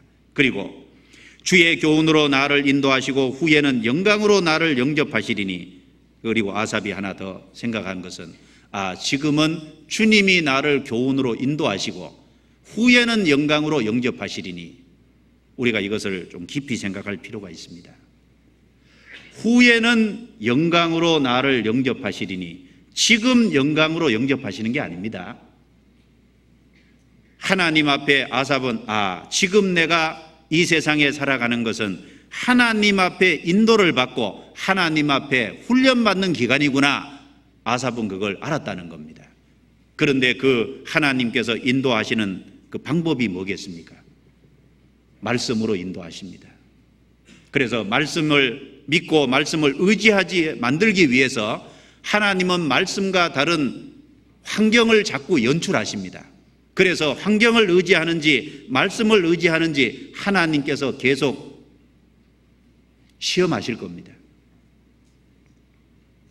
그리고 결국은 환경을 의지하지 않고 하나님의 말씀을 의지하도록 점점 만들어 가실 겁니다. 주의 교훈으로 나를 인도하시고, 그래서 우리 삶 속에 하나님이 우리에게 주신 약속이 있지만은 그 약속과 어긋난 것 같은 환경이 보일 때는 그 속에서 하나님의 말씀을 더 의지하게 만들기 위해서 하나님이 연출하신 환경이라는 것도 생각을 해봐야 될 겁니다. 요셉을 다스려 가실 때 요셉을 나중에 결국은 총리 대신으로 세웠습니다. 요셉의 일생 속에 형들에게 미움을 받아서 애굽으로 팔려갈 때 그 모습만 당장 보면 요셉은 불행한 사람입니다.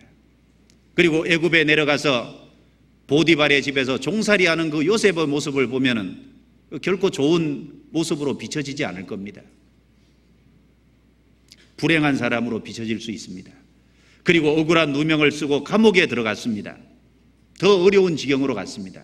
그러나 하나님이 나중에 요셉을 총리로 세워줬습니다.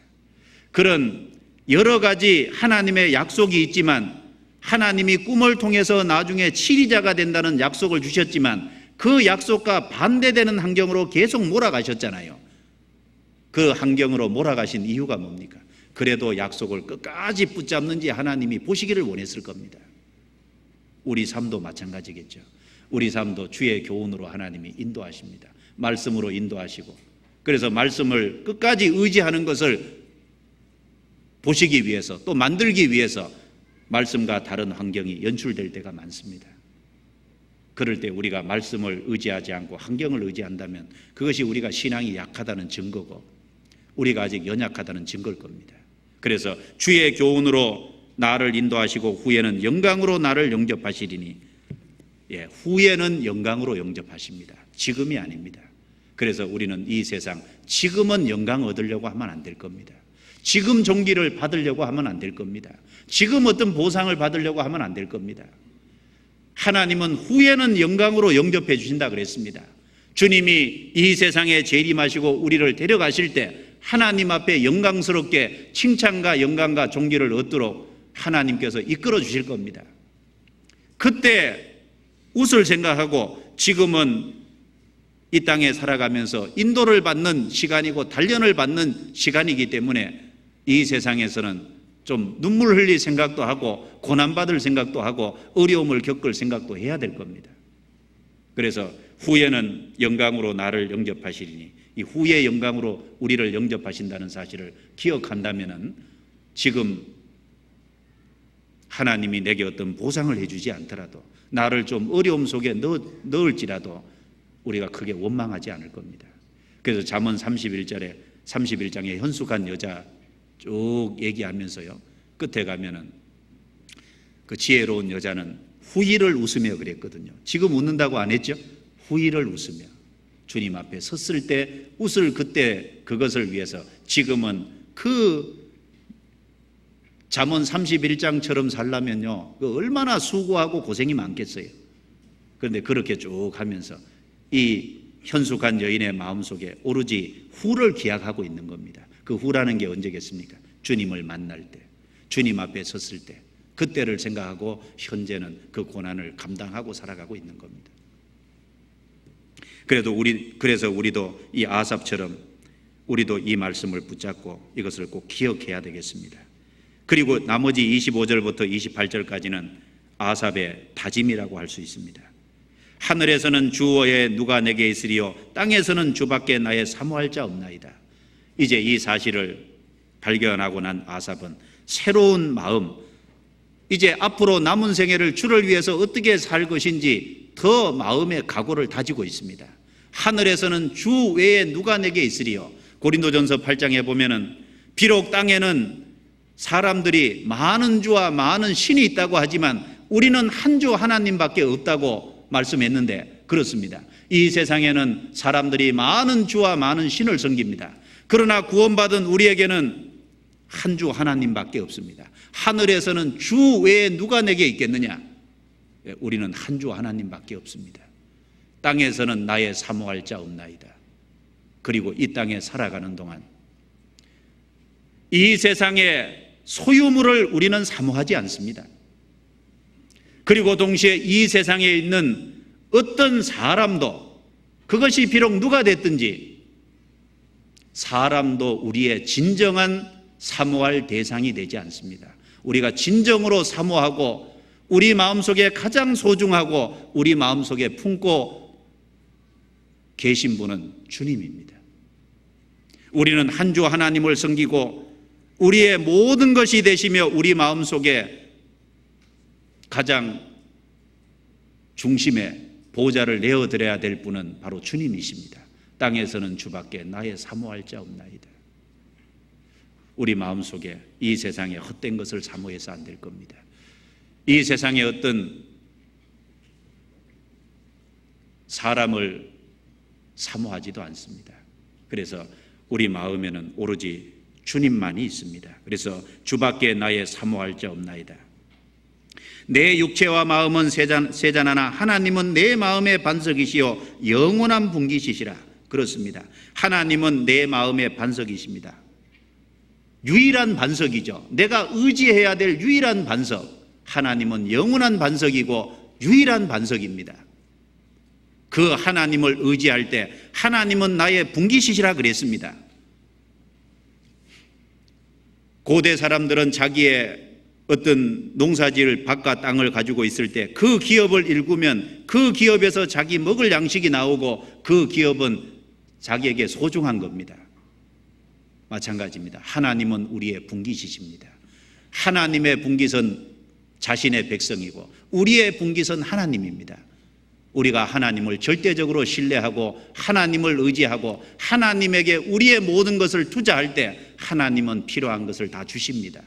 그 하나님을 소중히 생각하고 살아가면 하나님 우리 삶 속에 필요한 것을 다 주실 거라고 믿을 수 있습니다. 그래서 영원한 분깃이시라. 대저주를 멀리하는 자는 망하리니 음녀같이 주를 떠난 자를 주께서 다 멸하셨나이다. 하나님께 가까이함이 내게 복이라. 그렇습니다. 이제 우리는 주님을 가까이하고 그리고 주님을 가까이하는 것이 복이고 주님을 피난처로 우리는 삼고 그리고 주의 행사를 전파하리이다. 이제 그 주님을 우리는 전파해야 될 겁니다. 그래서 신앙에 성장하고 그 다음에 일하는 거하고는 연결되어 있습니다. 디모데후서 3장에 보면은 하나님의 사람으로 온전케 하며 모든 선한 일을 행하기에 온전케 하려 함이니라. 하나님의 사람으로 온전케 해 가시는 이유가 뭐냐 하면 하나님의 선한 일을 하게 하기 위해서 온전케 해 가신다는 사실입니다. 그런데 신앙적으로 성숙했다고 하면서 하나님의 일에는 관심이 없다면 그 신앙적으로 성숙했다는 말이 거짓말일 겁니다. 그래서 우리가 하나님 앞에 점점 성숙해져 가는 만큼 주의 모든 행사를 전파하리이다. 이 아삽은 주의 행사를 선언하게 전하겠다고 마음에 아주 각오를 다지고 있습니다. 우리도 마찬가지로 그런 마음의 각오로 살아야 될 겁니다.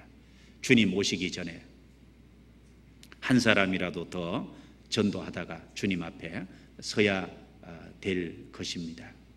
그리고 시간이 점점 지나갈수록 사람의 마음이 강팍해져 가고 있기 때문에 사람들의 마음이 하나님의 말씀을 순수하게 받지 않습니다. 그래서 좀 전도할 적에 나이가 어릴 적에 빨리 전도하는 것이 좋을 겁니다. 나이가 좀 들고 조금 이 세상물을 먹어가면 마음들이 자꾸 더 강팍해져 갑니다. 그래서 자녀들을 뒀다면 좀 빨리 이제 초등학생 그리고 중학생 좀 젊은 어릴 적에 전도하는 것이 더 좋을 겁니다. 시간이 지나가면 전도하기가 더 어렵습니다. 그리고 시대적으로도 시간이 지나가면 지나갈수록 주님 오시기 전이 제일 강팍한 시대가 될 거기 때문에 시간이 지나가면 지나갈수록 전도하기 어려울 겁니다.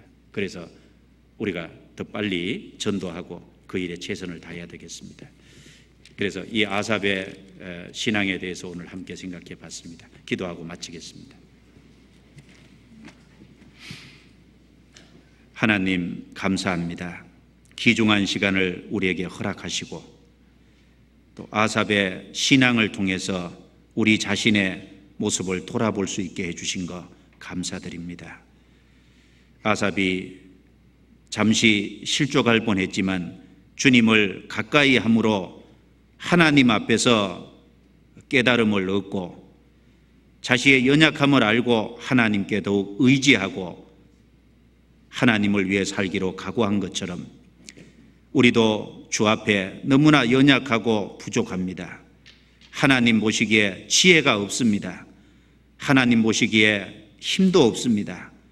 그러나 우리도 주님을 의지합니다. 주님께서 능력의 손으로 우리를 붙잡아 주셔서 주를 위해 살아갈 수 있도록 더욱 도와주시고 주님의 행사를 이 세상에서 선포하고 살 수 있도록 더 많은 능력과 하나님의 지혜와 힘을 공급해 주시기를 참으로 원합니다. 아직 우리의 사랑하는 가족들, 우리의 사랑하는 이웃들, 우리의 사랑하는 동료들 주님께서 도와주셔서 주님 오시기 전에 구원을 받을 수 있도록 또 우리가 그 일에 쓰임 받을 수 있도록 우리 모두를 귀하게 사용해 주시고 더욱 온전케 해 주시기를 간절히 간구합니다. 학예 수양에 내일 마지막까지 도와주셔서 마음이 강팍한 분들의 마음이 열려서 진리를 깨닫고 돌아올 수 있도록 도와주시옵소서. 이 저녁 돌아가는 시간도 함께 해주시고 다음 만날 때까지 또 우리의 삶을 보호해 주시옵소서. 우리를 구원해 주신 예수님 이름으로 기도드리옵니다. 아멘. 조금 시간이 늦어서 마치도록 하겠습니다.